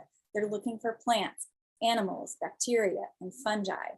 But they're also engaging in the social science aspect of this problem, which we'll get into more in just a few minutes. And you might be wondering, how is biodiversity a good vehicle for examining equity or incorporating equity into your instruction? And I think the answer is right here in the subtitle. So we're talking about balancing the needs of people with the needs of other living things, and that inherently leads to conflict. And that conflict is an issue of equity. So how did we incorporate equity into this guide? Well, I like to say that it's in the product, but it's also in the process. So you will find that the guide has key features that incorporate equity, diversity, accessibility, and inclusion, but we also expect students to carry that out as well. So how do we do that? We scaffold those practices. We provide examples from subject matter experts who are working in this field and incorporating those principles into their work. And we challenge our young learners to bring those principles and aspects into the science that they're doing, as well as the action that they're taking. So let's talk about first how we incorporated it into the guide. Each community research guide has a panel of experts. So in biodiversity's case, these are people who are working in the field of biodiversity or in some kind of community action or engagement. And we wanted to make sure that our panel of subject matter experts reflected the global diversity that we see in our student audience. We wanted them to look at these pages and see themselves. We also wanted to counter the stereotypical Western, perhaps white male, older scientist engaging in research in a community or country that they're not from, and then taking that data with them when they leave. The scientists that we feature in this guide are working in the countries or the communities that they're from or are deeply connected to, or they are actively amplifying and empowering the communities that they're working in. We also wanted to showcase multiple ways of knowing. We want students to feel like their expertise and the way that they think about problems is really valuable. So Dr. Angela Mashford-Pringle is one of our subject matter experts or SMEs, and she's from Temiskaming First Nation in Canada. And she explains her perspective on how an Indigenous scientist and a Western scientist might approach observing a plant a little bit differently. A Western scientist might dissect or pull apart the plant and look at the individual components. An Indigenous researcher might observe that plant over time, spending months watching it grow and watching it in the context of the ecosystem. Each approach has value. Neither approach is better than the other. They're just different and unique. And so we want students to understand that however they choose to go about this research, it has value because it's their way. Another way that we tap into this multiple ways of knowing is using case studies from the Si'eha Nation, which is a nation of Indigenous and Mestizo people, in what's now known as Peru. And this is at the part of the guide where the students are engaging in classifying the living things that they've found in their research area. If they have access to a field guide, they might classify these organisms using scientific names. So for instance, this bird here is a Paroaria galaris. In English, you could use the common name of a red-capped cardinal. In our case study, in the SEAHL languages, this bird could be called a chaji'i or an anena, but there's also a functional taxonomy, which is where you're talking about the relationship that you have to that organism or its relationship to the environment. For the SEAHL people, when this bird sings, they know that it's about to rain. So students could classify the organisms in their research area through multiple ways, and all of them have value because it's something that came from the student. We offer multiple ways of investigating. We do transdisciplinary investigation, so that's incorporating that social science, and I'll talk about that more in just a minute. We also allow students to engage their senses in creative ways. We know that not all students have access to all of their senses, and they may not prefer to use some of their senses. So our SMEs and our investigation guides highlight multiple ways that students can use their senses to collect data and investigate. We also highlight multiple kinds of tools and methods, and whenever possible, we provide either a low cost or a no cost alternative. If you want to try this at home and you have an empty plastic bottle, if you cut the curved portion of a bottle, either at the top or the bottom, and place a little bit of water in that curved portion and hold it over, say, some text or an insect that you're investigating, it serves as a magnifier if you don't have access to a hand lens or a magnifying glass. So we talked about using multiple senses. This is one of our SMEs, Steve Canty, and you might think that in biodiversity, sight is the most important sense. Well, for Steve, smell is. Mangroves, which is the organism that Steve studies the most often, mangrove forests smell terrible. That is the fastest way for Steve to find the organism that he's trying to study. He also uses his sense of touch. I think many of us right now experiencing winter have dry, papery skin from being dehydrated. The same thing can happen to plants. And so students can use their sense of touch to see, is this plant getting its needs met? You can even use your sense of touch to help you identify a tree species by the touch of its bark or texture of its bark. There are other guide characteristics that help promote equity. This guide is freely available for download. It is no cost. It will be translated into Spanish shortly. Many of our other guides already are. And one of our guides, COVID-19, is translated into over 24 languages. We have accessibility built right into the PDF of Biodiversity and Sustainable Communities and Environmental Justice. They are optimized for screen readers. And we also use inclusive language in the scientific investigations and activities. So let's talk a little bit about how students can incorporate these principles into what we call their action research. So this is the work that they're doing in the guide. We ask students to design their own investigation. So remember, they've thought about what they know and they don't know, and they're determining what kind of question or problem they want to answer, and they are figuring out how they want to go about that. When they design these investigations, we prompt them to design inclusive investigations. And we modeled that by checking in with Monique Avery Pippin and Amelia Juliet Demery, who are two graduate students and scientists at the Cornell Lab of Ornithology. And they recently published an article about safe fieldwork strategies for at-risk individuals based on their experiences and experiences of their colleagues of being Black and birding and working in areas where they did not feel safe or comfortable doing fieldwork. Lori is going to pop the public link to that article in the chat. So you, Monique and Amelia Juliet provided that link so that everybody would be able to read the article. So in their interview in the guide, Monique and Amelia Juliet provide some tips for students who they themselves may feel at risk, or for serving as an ally for teammates that may feel at risk. For instance, creating a buddy system and always checking in, or standing up for your buddy if they aren't able to. Amelia Juliet comments that you can either do that verbally, and you can also check in with your buddy and see what's the best way that I can be an ally to you. So that responsive buddy system. We also encourage our students to do an extremely deep dive on the community that they are working in. So answering questions like, who lives in your community, aside just from the people that you know in your immediate circle? How has your community changed over time? And who makes decisions in your community? So who has the power here And as students, how do you feel about that? Do you wish you were involved in more decisions? We incorporate the use of case studies in this section. So remember I talked about the Sieha Nation in what's in Peru.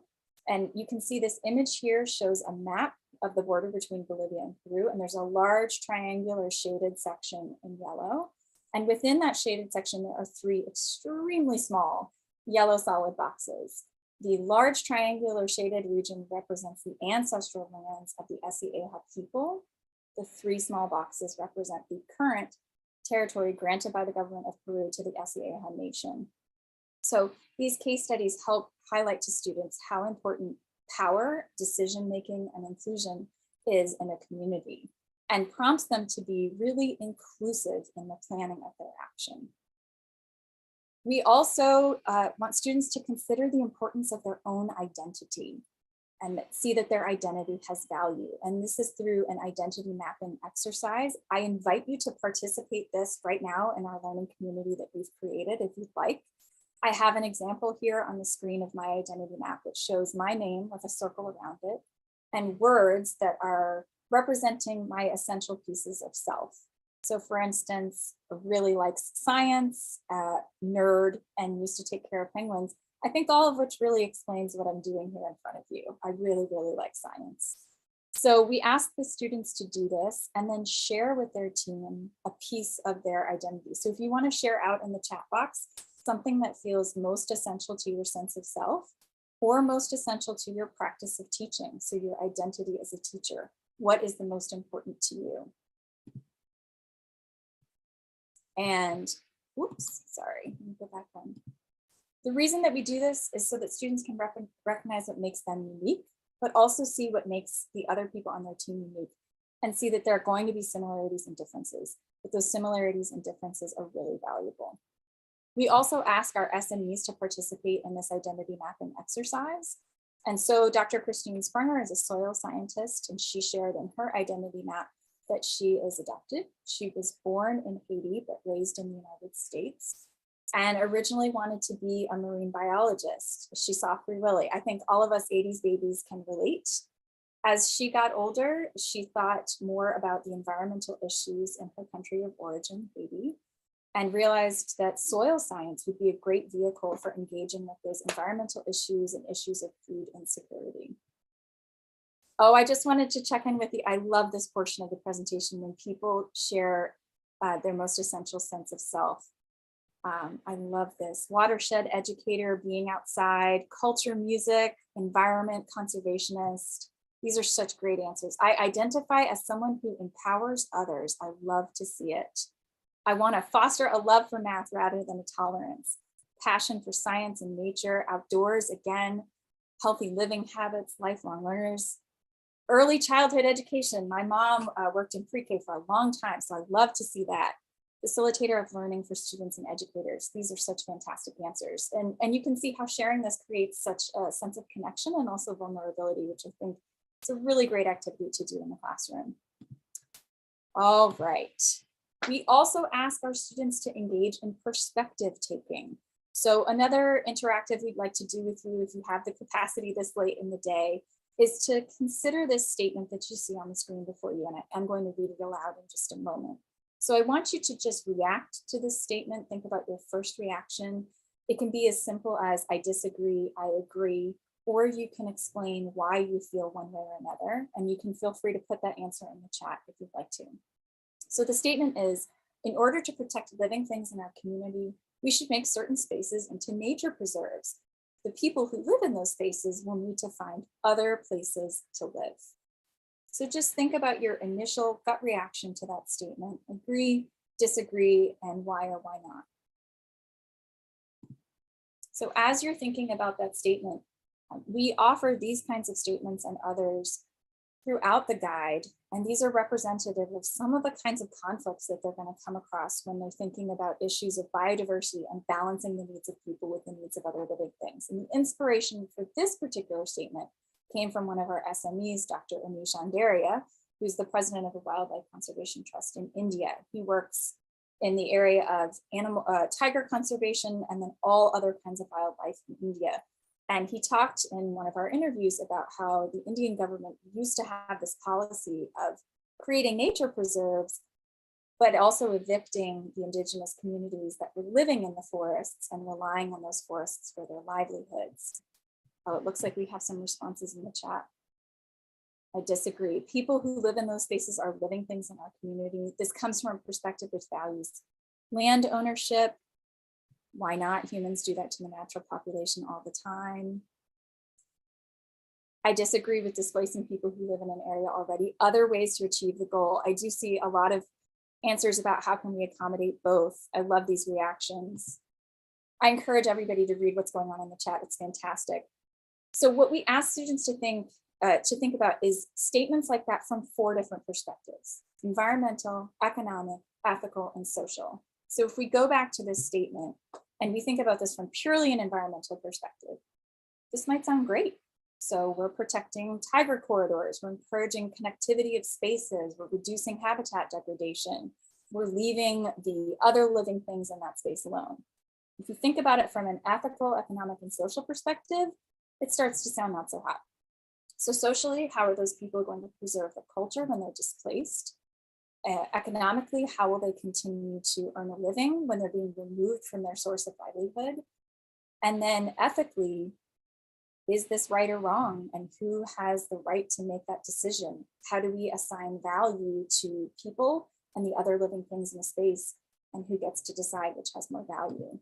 So why do we ask students to engage in these kinds of conversations? Biodiversity and conservation is tricky. Trying to balance the needs of people and other living things is very difficult. Some of the solutions that have been implemented in the past have ignored these perspectives. That can be harmful to people, it can be harmful to other living things, and most importantly, it tends to not be very sustainable. We want students taking sustainable action that's respectful of the community that they're trying to work in. And so by considering these perspectives, they're putting themselves in someone else's shoes and making sure they're considering all viewpoints before taking action. So lastly, we want to encourage equity in the action taking that students are carrying out.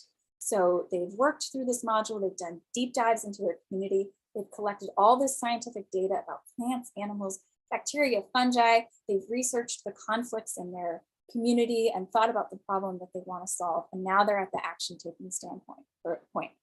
And so we want them to stop and do sort of a gut check. So what action will be the most meaningful to you, because your perspective matters, but also to the community that you're working in? And have you included the voices of those who will be affected the most by the problem that we're trying to solve and the action that we're trying to take?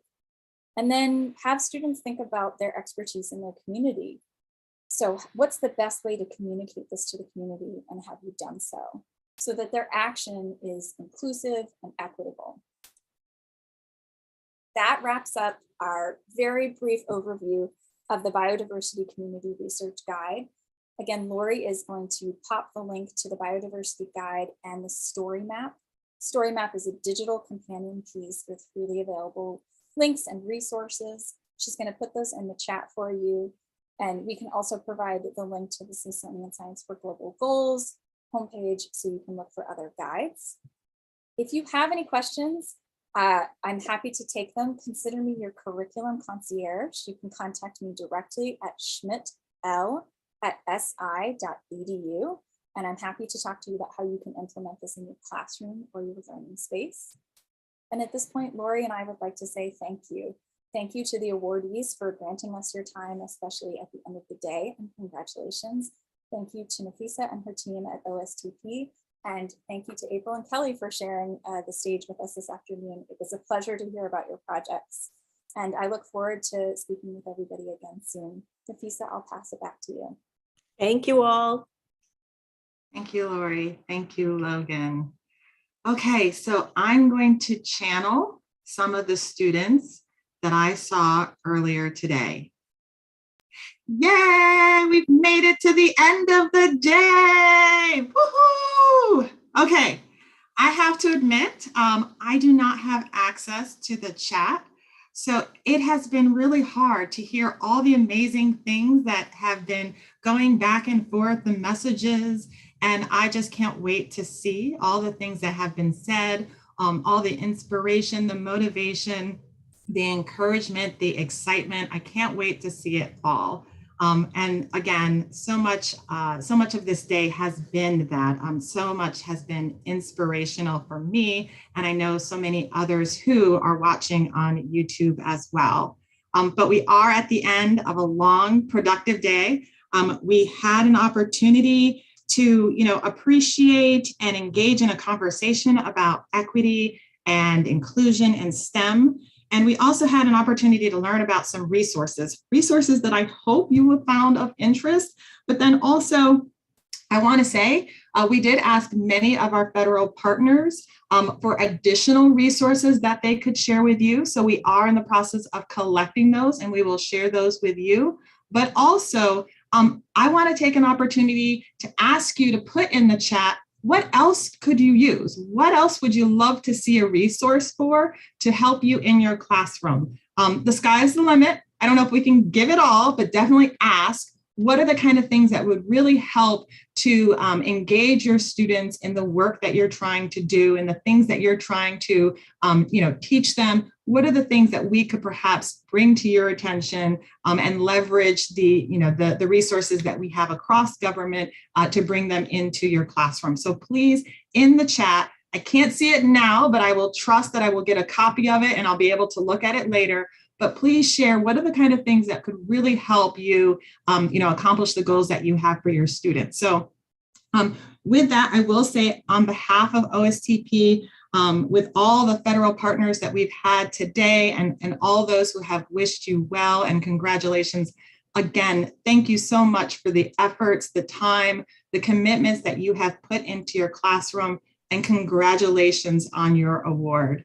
I want to say that this is not the end of the conversation. It really is the beginning. It's really the beginning of our opportunity to continue to be your champion.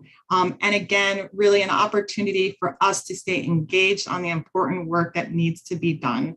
So with that, I will have us close this event so that the live streaming can end. But I do encourage everyone to stay on just a little bit longer if you're interested in engaging in conversation with your fellow awardees who really at this point are now alums, and you'll also have an opportunity to meet some additional alums in your breakout rooms. But that does put a close to our day for formal programming, and we will begin the opportunity for you to converse. Thank you so much for joining us for a productive, engaging day. Bye. I want to say thanks to the CDC, NASA, and Smithsonian for sharing wonderful resources. And as Nafisa said, we're gathering other resources which we will be sharing in the near future. Perhaps we'll even have webinars hosted by the agencies to share their resources and opportunities. We're now going to have a wine and cheese social gathering, but without the wine and cheese. You'll be assigned to a breakout room to have some time to get to know each other. This is just for the awardees and state coordinators. We do provide some questions for you to mull over if you want to show that next slide. But this is an informal meet and greet time. We'll not return to the main room, just like a normal wine and cheese social gathering. If you are tired and want to leave the room early, it's totally up to you. We look forward to working with you, collaborating with you in the future. And so I'll turn it over to the breakout room controllers to put you in your rooms. Great.